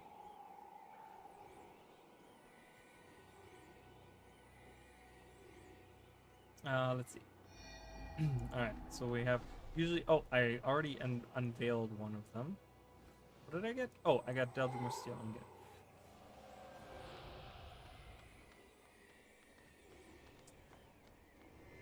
Finally just unlocked the collections for the weapons created by community artists. Oh, I love that. That's cool. Those are some really cool weapons, too. I love that torch. That torch is like my favorite torch skin. It's just a shame because I don't use greatswords really, and I don't use torches really, so it's kind of a shame, but who knows? Maybe in the future. Alright. So we got 100, so we got a Delgimore steel ingot, we got 195 gold, we got 160 gold. And just so you know, in secret areas there's no enemies. These are just literally, like, as you guys can see, there's nothing on the map, as you guys can see here. It's just these little areas that you can walk around in and find treasures. So that's all this is. We got 122 gold. We've gotten a lot of gold here.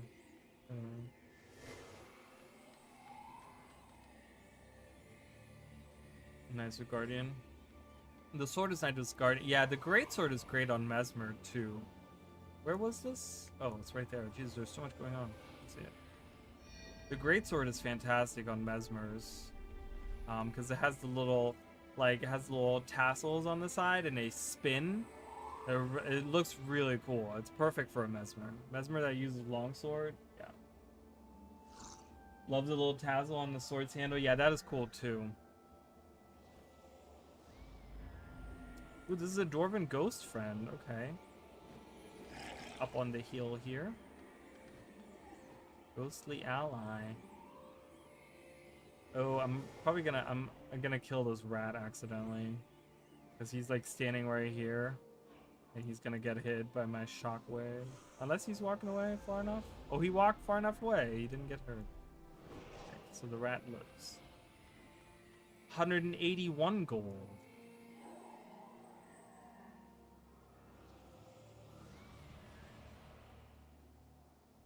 Yeah, like I said, I wish we had something like this in Guild Wars 2.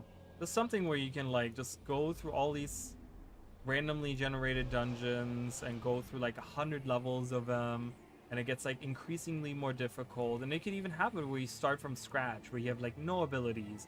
You're level 1, right? And you have to like level up as you go on, as you go lower and lower and lower, and just like, you know, you don't get to buy equipment. You only can use the equipment that you're finding along the way. You don't get to use your legendary equipment either. Wait, there was more. Is this... Did I reveal something over here? Was that what just happened? Because I don't see anything else here. I think that would be really cool.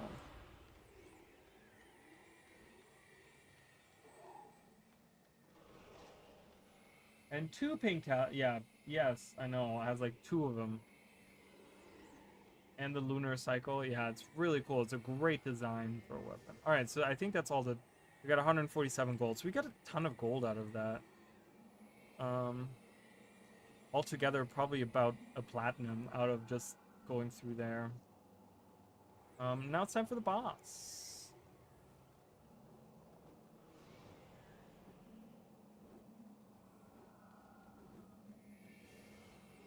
Alright, we're back in the traps. Someone is way behind.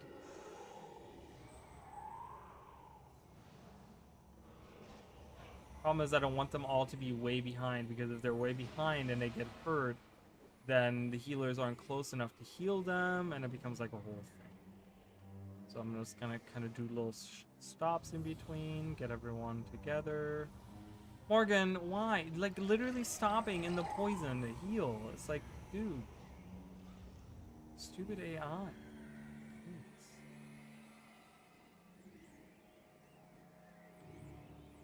I can see myself making turbo to a power build based on the moon and stars and music, but I like Connie more, so I'll do that first. Yeah, that's an interesting idea, right? Oh god, look at all these enemies here. So is there treasure around here? There is treasure.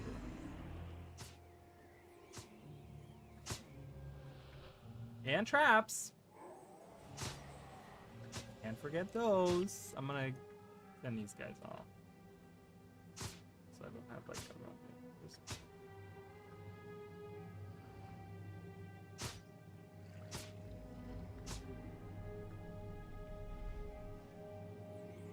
Oh my god, this looks like a disaster waiting to happen. That looks like insane to deal with. Can I... This can't all be... That's not all one group, right? Like, this is one group.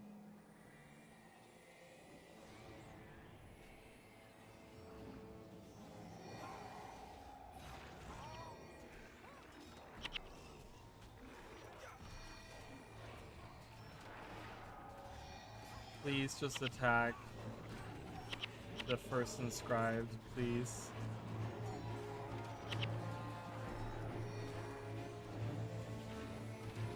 Just get him dead, please. My dwarven ghost friend is about to die. Sacrifice will not be in vain! Well, he's not dead yet.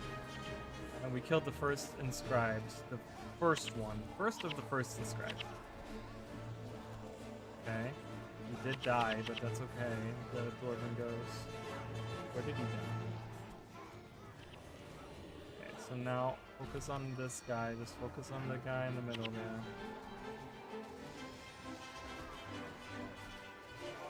This is gonna be nightmare over here. There's so many shields and stuff. Oh god. Okay. Alright. So we did that. There's probably treasure like right here. I don't know where it was. Where's the treasure? Oh, I did get it. Oh my god, I did reveal it. I was like, where is it? Okay. God, this is gonna be rough. So there's a bloodstone. Part of it. Also, with the weapons, you usually need ghostly food from Halloween, but I think... Oh, really? Interesting.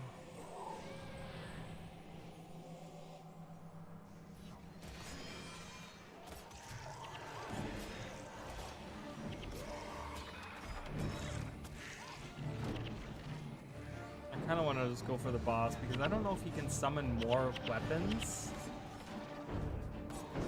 what they seem to be doing is they seem to be summoning more weapons, and I don't know if this Eldritch Crystal Snare, I want to see, does he have like an ability that lets him summon? At least he's dying fairly quickly. So yeah, they disappear. And we get a Spectral Crystal. And that's that dungeon. Ta-da!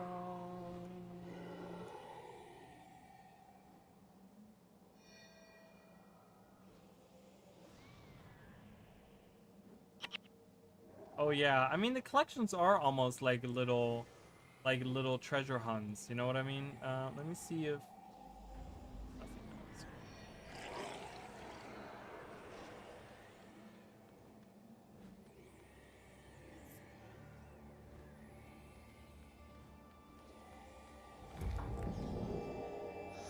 Ooh, Adamantine shield with tactics. It's a tactics shield. Okay, nothing crazy there. Alright, and we finished that up. Cool.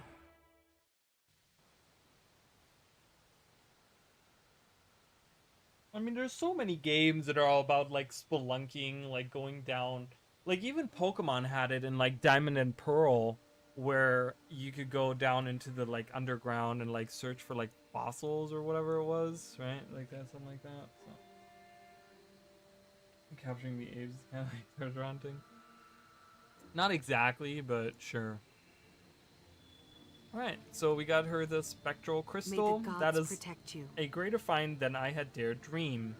Spearmaster Raleigh, your usefulness never fails to impress me. Bit by bit, the tides of war will turn against the White Mantle, sweeping them away so that a new time of peace may dawn on Kryda. Pray we all be there to see it, friend. Go on, pray. I shall not. Thank you, though. It's so weird how so many Crichtons are way down here, right? Like, they journeyed all the way down along the coast, or maybe they used a ship, you know, from over here or something to come down here. But so many, like, these are all, except for the Asura, of course, but these are all, like, Shining Blade. So it's kind of weird to think about that. That's a regular Crichton, but he has a Shining Blade symbol, so these are all Shining Blade soldiers. So it's kind of crazy to think.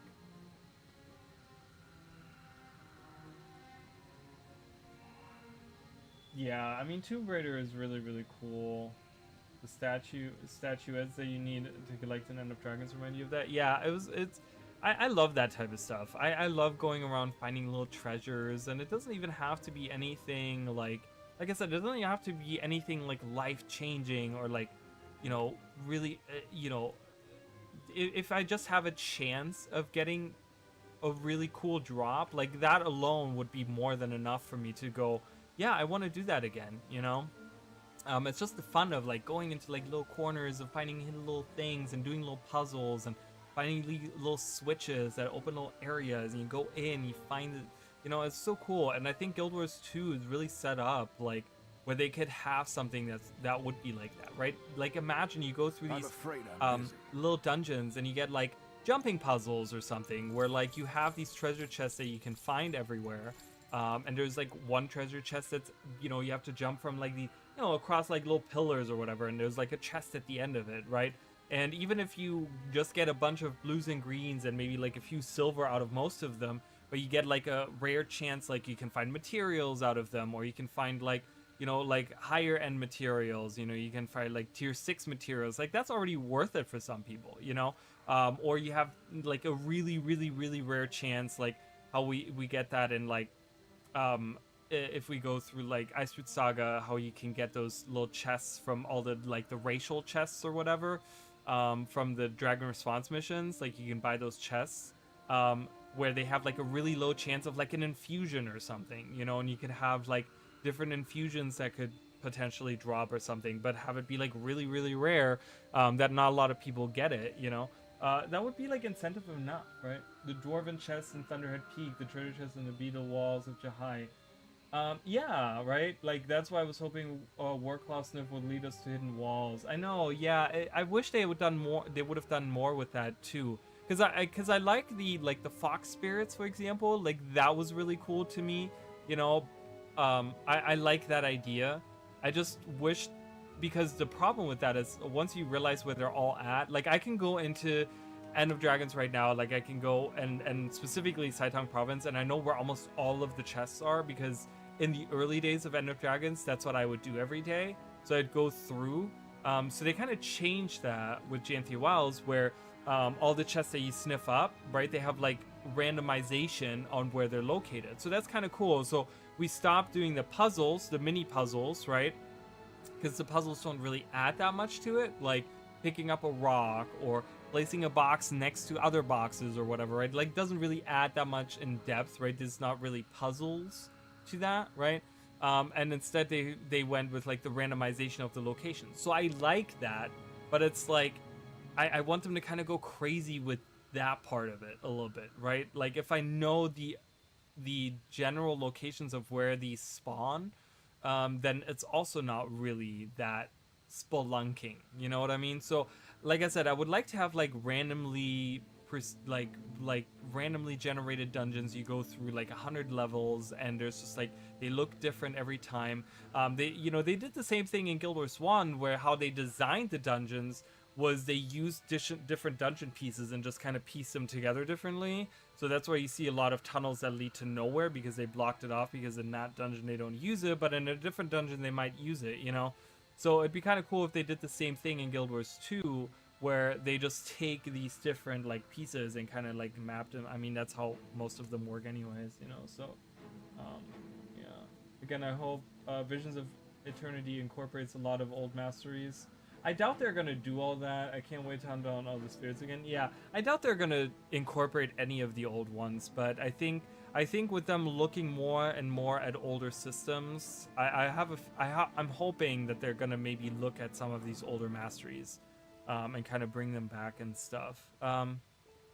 You know, because with the Warclaw, the opening up the passages and stuff, I talked about this in my Janthia Wilds review, where they specifically said that you're going to be finding treasure and lore like on Mount Balrior, and then we didn't find anything there. And the walls that you opened up were just for like these empty tunnels that you had to journey through, right? And it was just like, this isn't really like, there's no treasure here, there's no hidden lore, there's nothing. Like, you need these tunnels to transport, you know, to transport the supplies to these different like you know, areas or whatever, but there wasn't anything that was really like a treasure or lore or anything like that. And I kind of wish they would have a map that feels like that, you know. So but anyways, so let's read about that.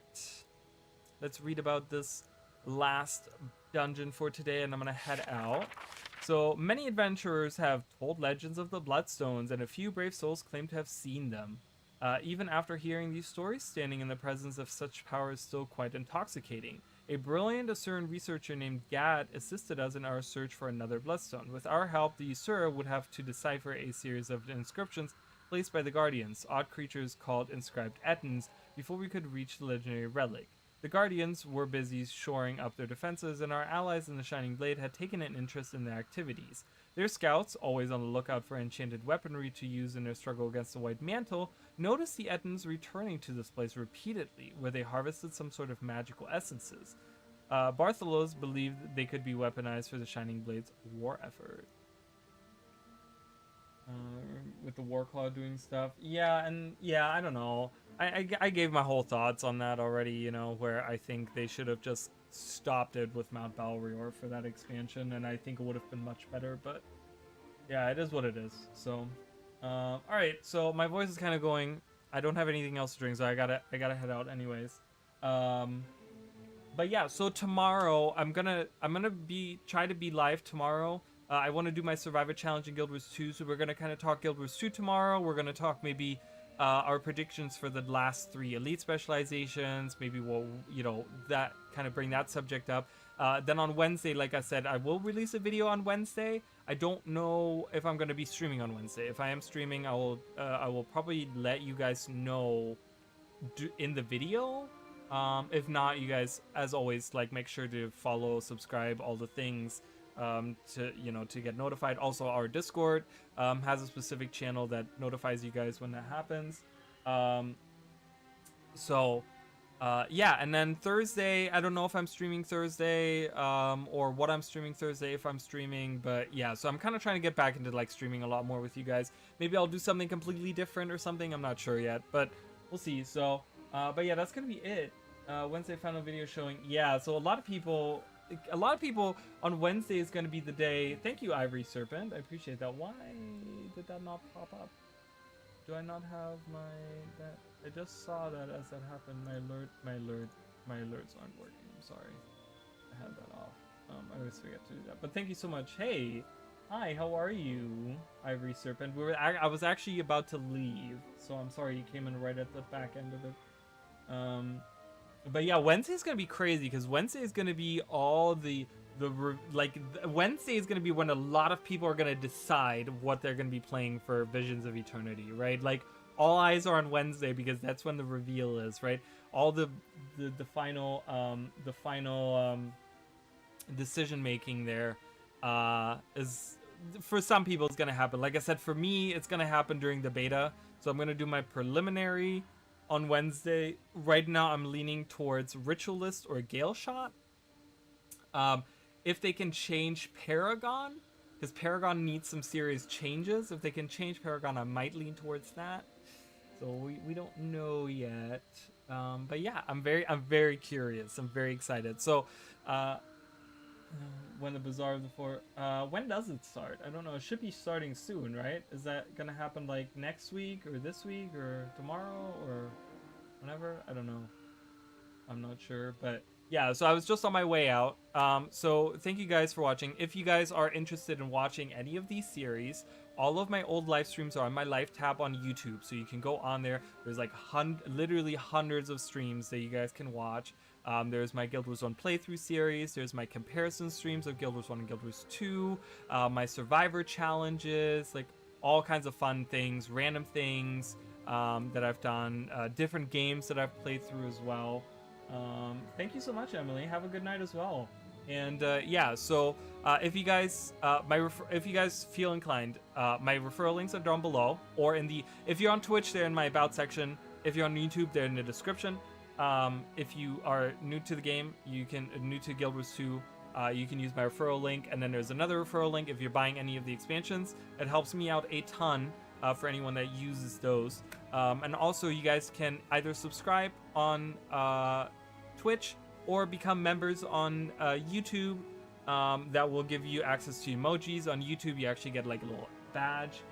So Emily actually has a little badge because she's a member. So you guys can see that in YouTube chat. You can see that she has a little badge next to her name. And yeah, so though if you guys feel inclined to help the channel, I would really appreciate it. I hope you guys have a great night, and